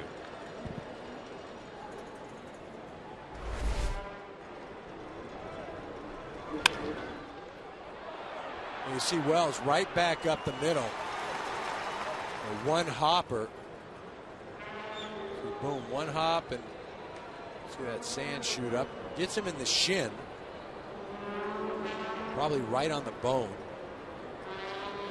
I don't think there's any way Farnsworth is coming out. He is a self-styled tough guy. His two dogs are bulldogs, EK. They're named Rambo and Strike. You don't have to tell me about Farnsworth. I was playing first base with the Chicago Cubs when a pitcher from the Cincinnati Reds decided it would be a good idea to charge the mound against Farnsworth. Paul Wilson, right? Yeah. Didn't last very long. Paul Wilson took about 4 steps, and next thing you know, he's looking up on his back as Farnsworth had just dropped him. Yeah, pretty much embedded him into the ground, the pile driver. Hey, this May, Fox Sports will bring us some of baseball's best and the sport's biggest stars. There's a 3-week primetime event you won't want to miss. Fox Saturday Baseball in primetime starts May 14th in high def, right here on Fox. The infield is in. And Howie Kendrick, the Tampa Bay Rays destroyer, is the batter. Now he's 0 for 1 lifetime against Farnsworth, so not really a history there. But over a pretty big sample, about 105 at bats now, Kendrick hitting .455 against Tampa Bay.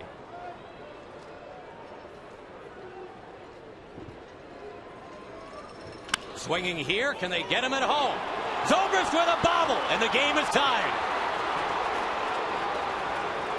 Zobrist had every intention of gunning that baseball home, but the bobble costing James Shields a chance to win. Well, and a credit to the Angels as far as they're sending the runner on contact, even with the infield in. Boom, you see Torrey Hunter off.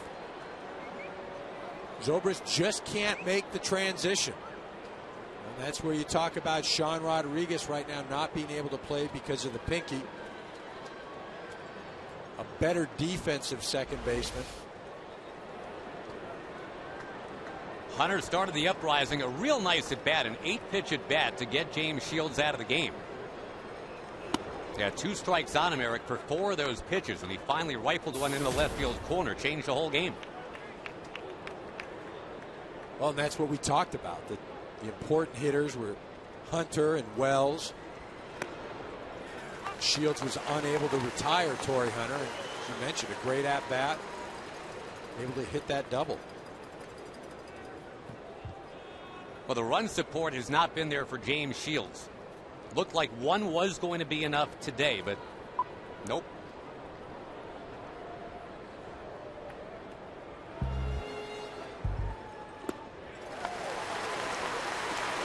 Couple of strikes on Ibar now.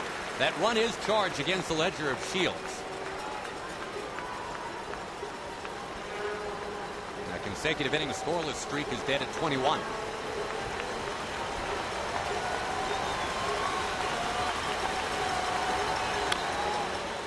In play up near third. Eric Ibar able to reach.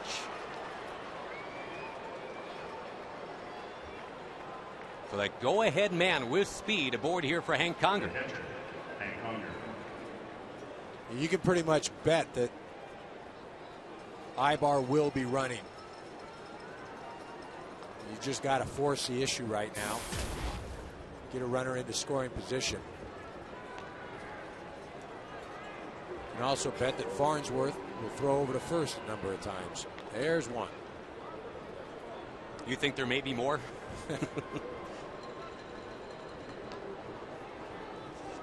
Shoppett's done a pretty nice job, by the way, in terms of throwing out attempted base stealers. Already caught Borges last inning. This one getting away. And Ibar can fly. On his way to third. Remember, he reached by just kind of chipping one up the line.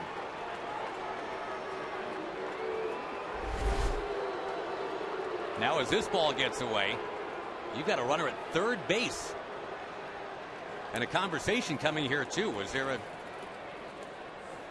Well, what they're going to discuss is should the runner be brought back to second base because a fan interfered. But for me, there's no way that Ibar wasn't going to end up at third base. Yeah, and that's, I think, what the umpires are going to decide. Yep. I saw what you did on the replay. The fan interfered with it. Joe Maddon's going to come out and get an explanation. You can see there aren't any Tampa Bay Rays over there to make a play and keep Ibar from advancing to third base. So in the umpire's opinion, they have to make the decision and say, do we think that he could have got to third base? I don't think there's any question that he could have got to third base.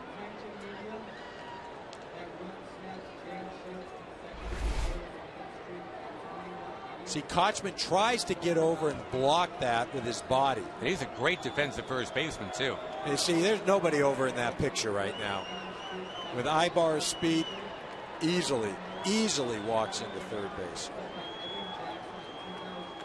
Yeah, they're rescuing the ball right now. There's no way they're going to get him at third.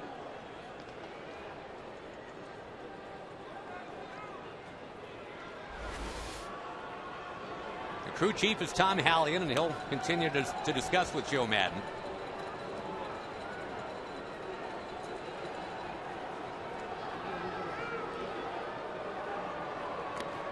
Now, meantime, Hank Conger is going to be up. And if Farnsworth bounces one to the plate, like he just bounced one to first base, he could get a 2-1 Angels lead on a wild pitch. You see Joe Maddon discussing with Phil Cuzzy. He's saying if that ball was going to bounce into the stands, should he only be at second base? Phil Cuzzy saying, I didn't think that it was going to bounce into the stands. He felt like the fan reached over and interfered with the ball. From the angle we saw, and I had that thought fleetingly too, that maybe it actually bounced in and would have been declared dead right there, but it looked like the fan was reaching over. And Farnsworth can't afford to be distracted here. After a few minutes to sort that all out. Again, the pressure now kind of shifting to Shopping. He's got to block one in the dirt, otherwise it's 2-1 LA.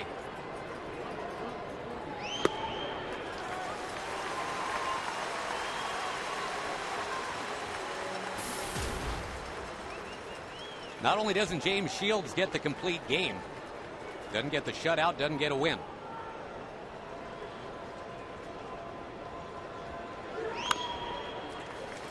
Double and a couple of ground balls. That second ground ball bobbled by Ben Zobrist at second base. Had time to get the out at first, but not time to get Hunter coming down from third to score.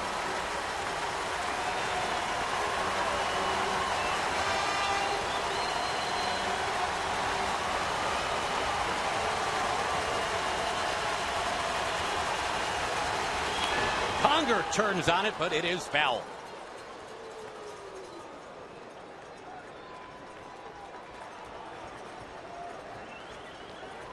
0-2 right now. You can't give anything to Conger that he can hit. I mean by that, if you're going to miss, you miss outside, something that he can't reach.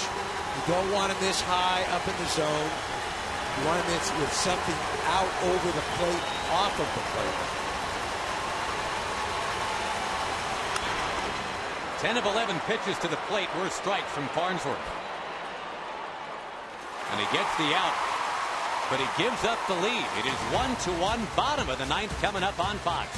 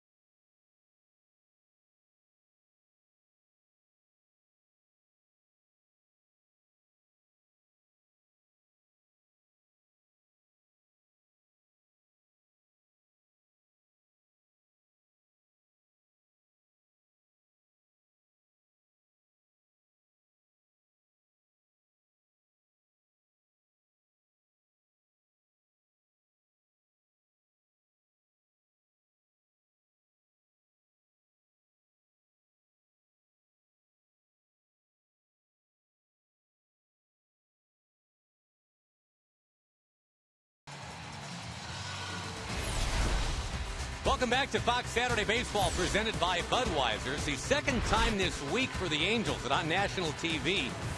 They're down 1-0 going to the ninth and then tie it in the ninth. This time they get Torrey Hunter to come around and score on a Howie Kendrick bounce out. Now the Rays will look to win it, bottom 9. Elliot Johnson a pinch hit for Reed Drignac. Got the lefty Takahashi on the mound, who usually eats up opposing lefties. So the right-hand swinging Johnson, the kind of super utility player that both of these managers love.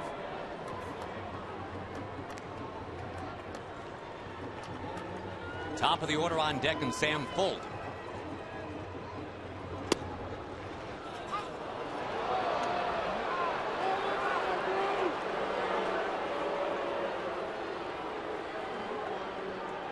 James Shields, 8 innings and then into the ninth.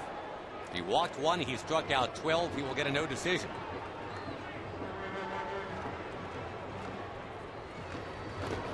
Takahashi dumps it down in the dirt.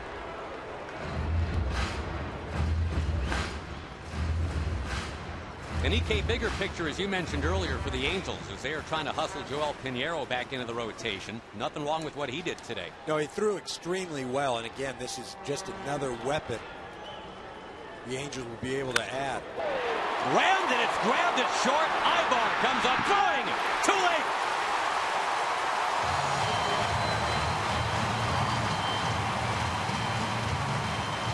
The winning run is on, and not by much. This is a great play by Eric Ibar. Gets to his feet, makes a good, strong throw. You see Johnson, though, hustling the entire way out of the box.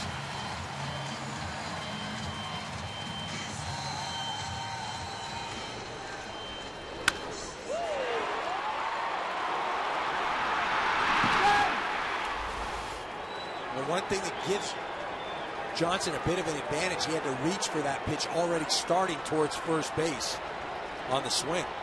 Full look out as he squared the bunt.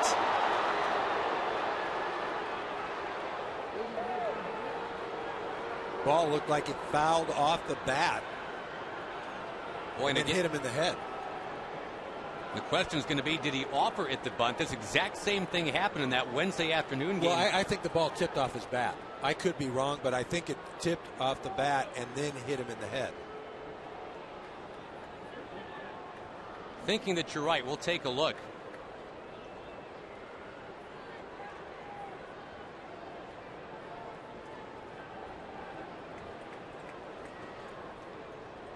Oh, it's scary the way Fuld turned away after that ball came up.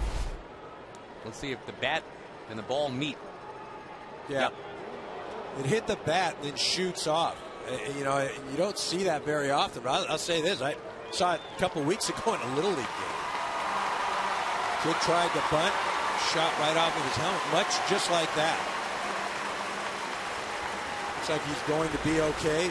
Just something else to add to the legend of Sam Fuld. I was just thinking the same thing. That to truly get to legendary status now, it would be appropriate if he steps up there and hits one out. But you got to make sure he can actually see straight. Well, you talk about all the concussion issues, or you know how people are very cognizant of that now, especially in some of the other sports.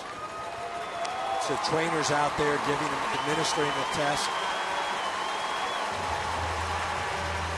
You know, what goes on right now is if he's asked to square around to bunt again, because you're thinking, okay, there's no way it could foul off the bat, get me again, but it came right up under the brim of that batting helmet. Yeah, well, it shot off the bat. That's what, you know, that's the hurdle you have to get over. So you put the bunt on right now and you get over that hurdle. His tourists weigh in on the grass. That's a strike.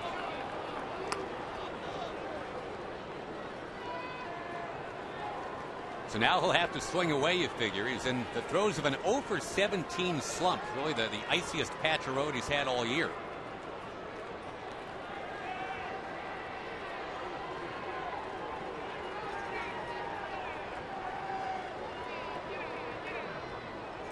With 2 strikes, he can't get it down.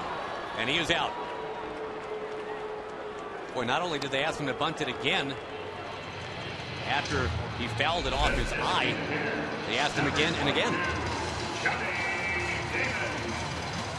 Well, again, a tough situation to get the bunt down anyhow against this guy, but after fouling that pitch off of the forehead helmet, it's tough as a hitter to get right back in there.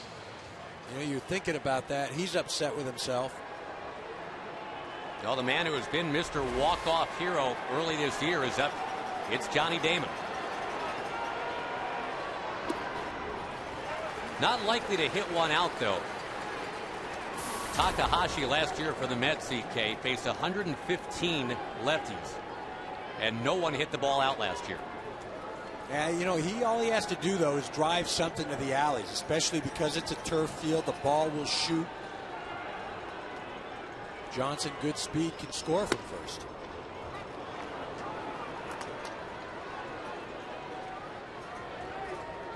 Twice in a stretch of 3 days earlier this month, Damon had the walk-off winner.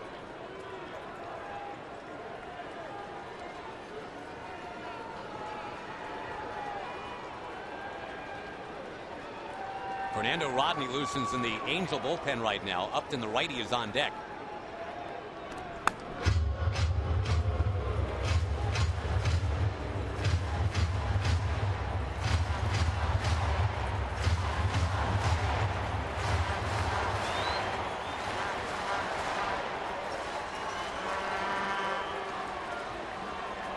Runner goes with a pretty good jump, hit and run. Damon advances Johnson to second base, and now a single can end the game.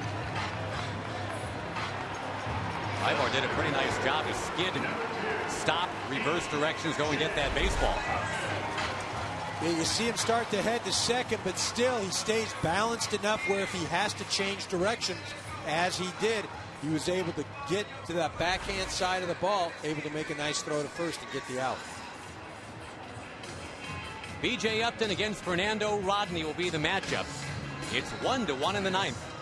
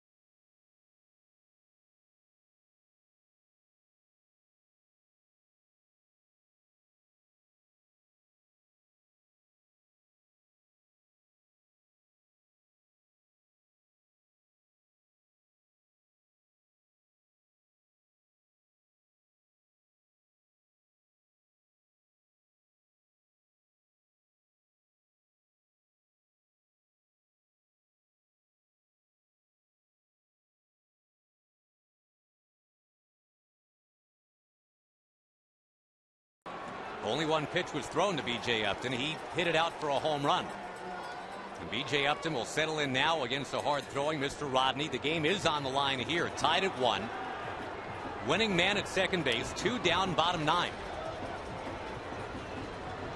Only career hit Upton has had against Rodney was last night. Rodney's going to get him this time. One pitch, and it's a grounder. And we've got extra innings. The Angels and the Rays on Fox.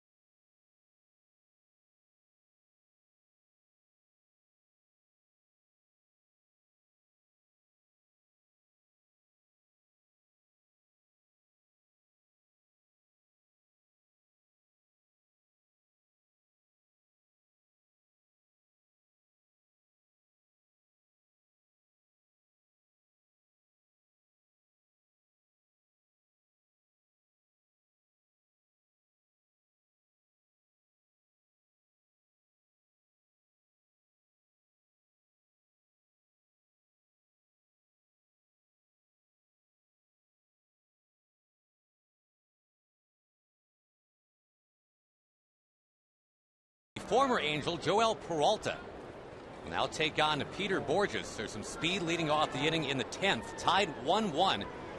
The Angels getting that tie in the top of the 9th. Cornermen are in, trying to take away the bunt. And a strike from Peralta.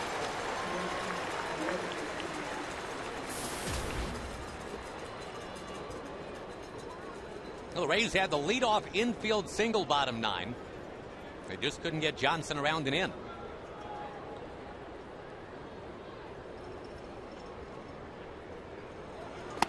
Rip and a miss by Borges.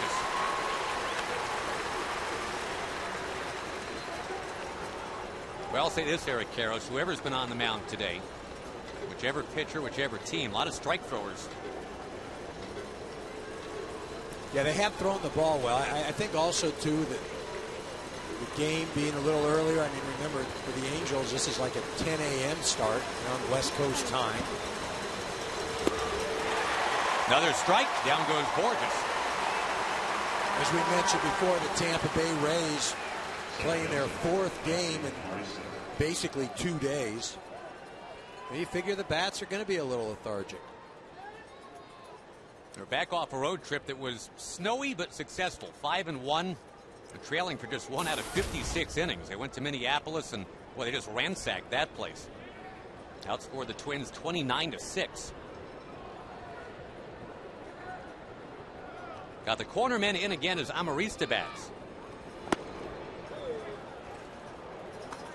But yeah, you called it, having to play late in Minnesota after a doubleheader. Fly back here, you play last night. Quick turnaround for today.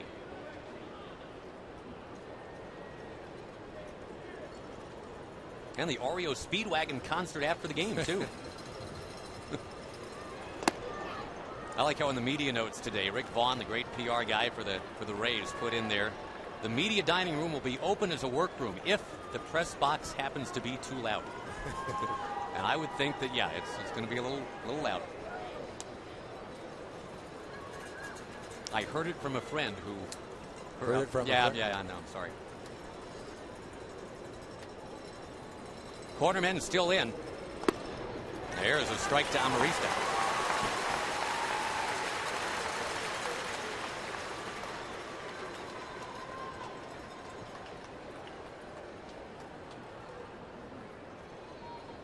First big league at bat, he had a base hit, drove in a couple of runs.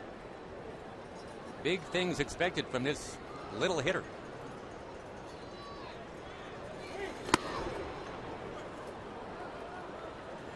Well, he is small in stature, but he's got a lot of thump.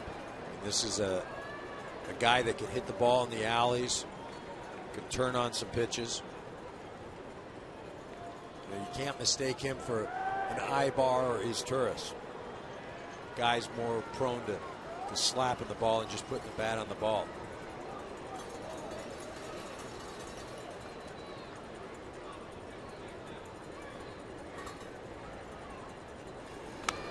It's a home run cut right there on 3-1. We haven't seen a lot of 3-ball counts in this game. The two starters, remember, Pinero and Shields, are just strike throwing machines. Jordan Walden ready to go. Got Matt Joyce to lead things off in the bottom of the 10th.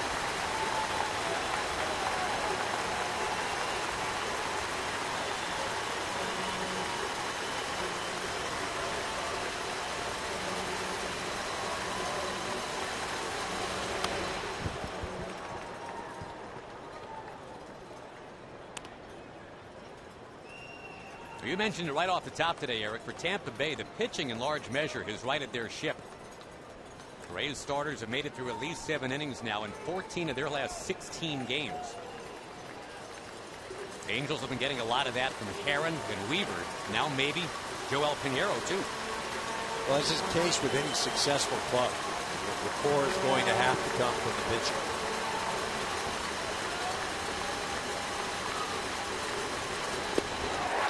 Peralta finishing off Amarista, who has struck out 3 times today.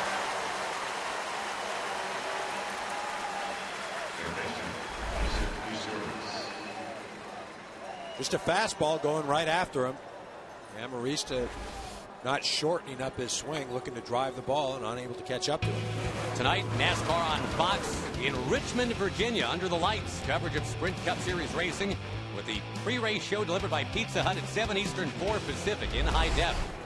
Right here on Fox.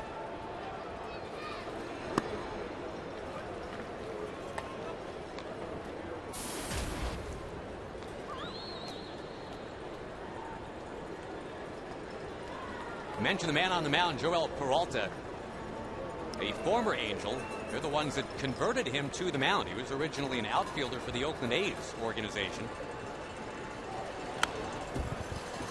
Picked him up off Oakland's discard pile back in 1999. Said, we like your arm, not so much your bat.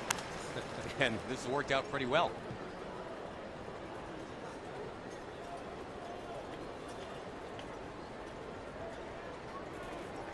Big bullpen overhaul for the Rays. Some of their key pieces are off other places.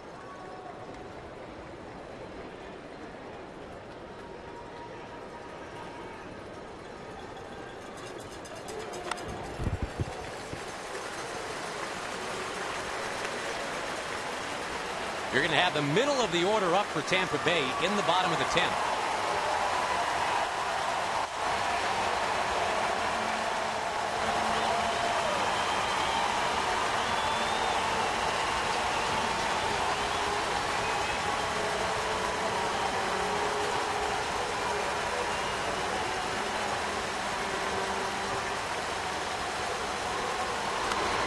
Slapped foul, and again, as is the case with a lot of these Angels hitters, they will drive you crazy just because they hit so many foul balls. Well, they do. They prolong at-bats. And the more pitches you can see as a hitter, the better chance that the pitcher will make a mistake. Those are the ones you capitalize on. Those are the ones you hit. Very rarely will you see a hitter hit a pitcher's pitch.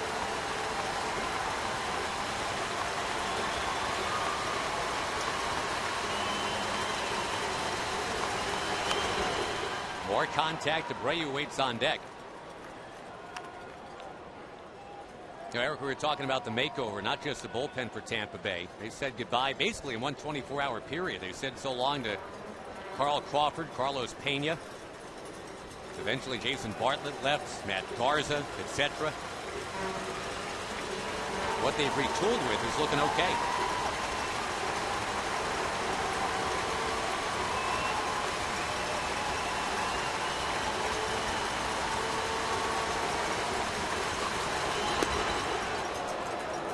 2-2. But you talk about what they retooled with.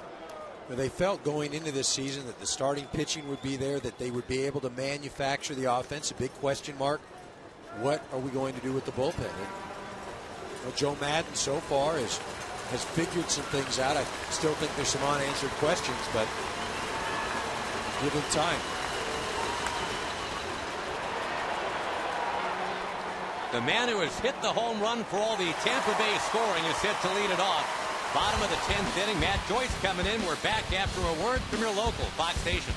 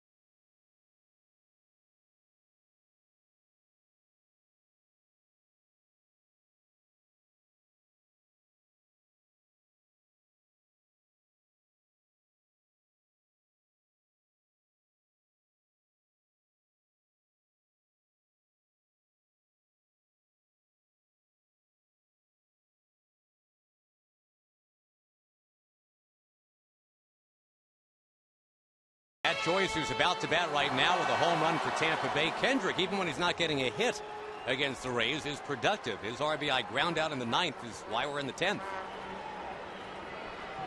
Fernando Rodney stays on the mound. It's going to be Joyce to face him. Joyce the other way. And a long run to get there for Vernon Wells. Joyce heading towards second. Throw too late.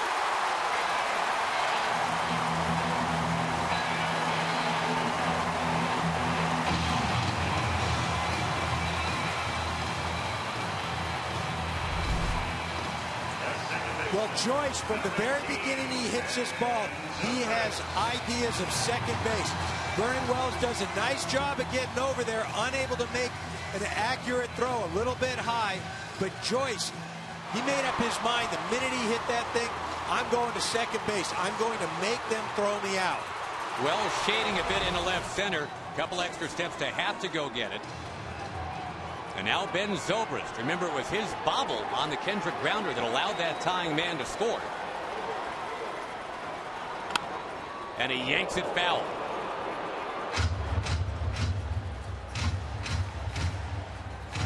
Not messing around, looking to bunt the man to third here. Well, you can't ask him to bunt. I mean, it would be ridiculous. People maybe, the purists are saying, oh, you've got to bunt him over. Well, this is a guy, he doesn't bunt. He drives the ball. He hits the ball. He's in the middle of your lineup. Guy that's coming off a 10 RBI game. He has a better chance of getting him to third by swinging the bat than he does by bunting.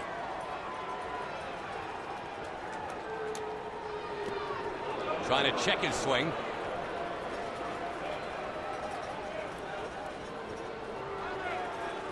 And yes, he did on a late appeal down to third.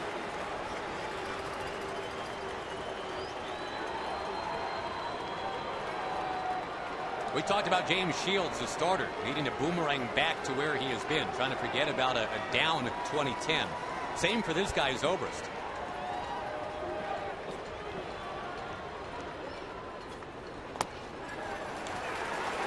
A nice pick by Conger, keeping that potential winning run at second base. And Conger's done a nice job behind the plate, keeping the ball in front of him, moving his feet.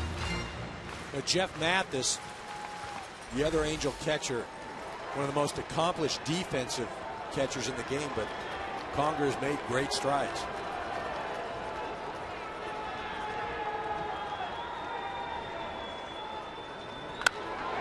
Tagged foul. We got around on that.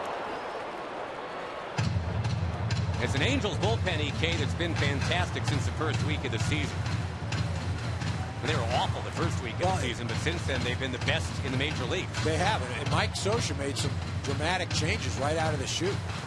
They didn't waste any time. Rodney was the closer. They moved Walden, a youngster, into that role. You can see those numbers. 0-3, 5.40 ERA at the beginning. Scioscia said, forget it. I'm not going to watch any more of this. Rodney goes into the setup role. He's been lights out.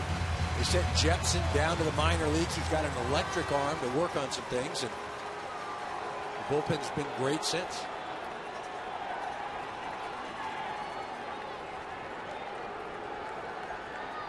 On 2-2. Towards second and caught. And interestingly now, it is Casey Kochman coming up, who grew up in this Angels organization. He will now try to beat the Angels organization right here.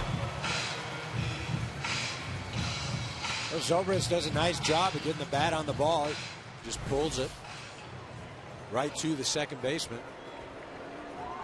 But so far, if they don't score here, it's going to be that inability to execute. Getting the runner to third. Previous inning, Sam Fuld. 3 opportunities to get a bunt down, unable to do so. Not typical of a Tampa Bay Ray team. On the ground to short. So now you've got the winning man at third. Felipe Lopez, the scheduled hitter. Joe Madden looked like he was canvassing his bench for a moment, but Lopez, in a 3-for-31 slump, is coming up. Yeah, but still, I don't give him anything good to hit. I've got Shopik on deck, and I know Jaso's a guy that you could pinch hit. There he goes. He comes out on deck right now. The reason he's standing out on deck is in that forces Soch and the Angels to pitch to Lopez. Lopez out in front. Rodney's always had a real good off-speed pitch back to his days with Detroit.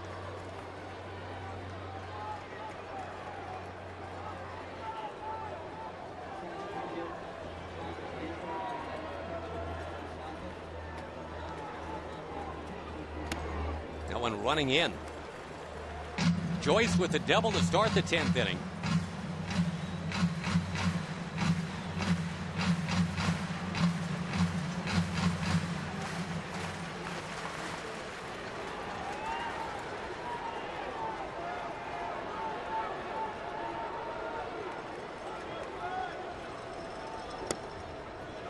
Taken, and that's strike 2. Crowd didn't like it.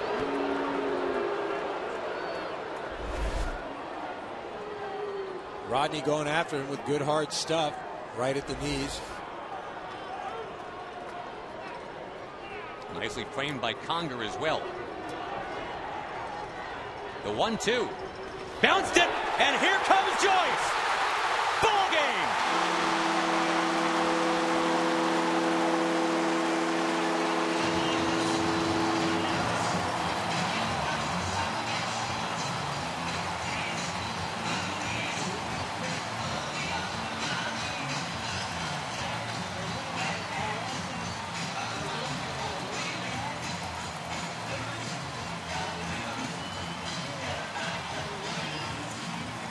On the first wild pitch of the year from Rodney. 2-1 Tampa Bay, your final.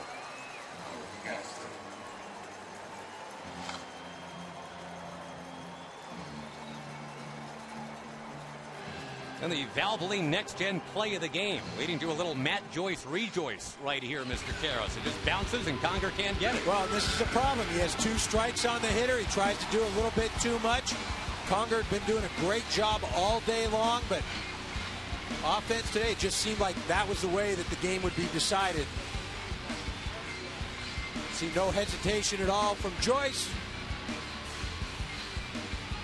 He's in all the way. Appropriate, the Oreo Speedwagon's on standby. They take it on the run and they win it 2-1.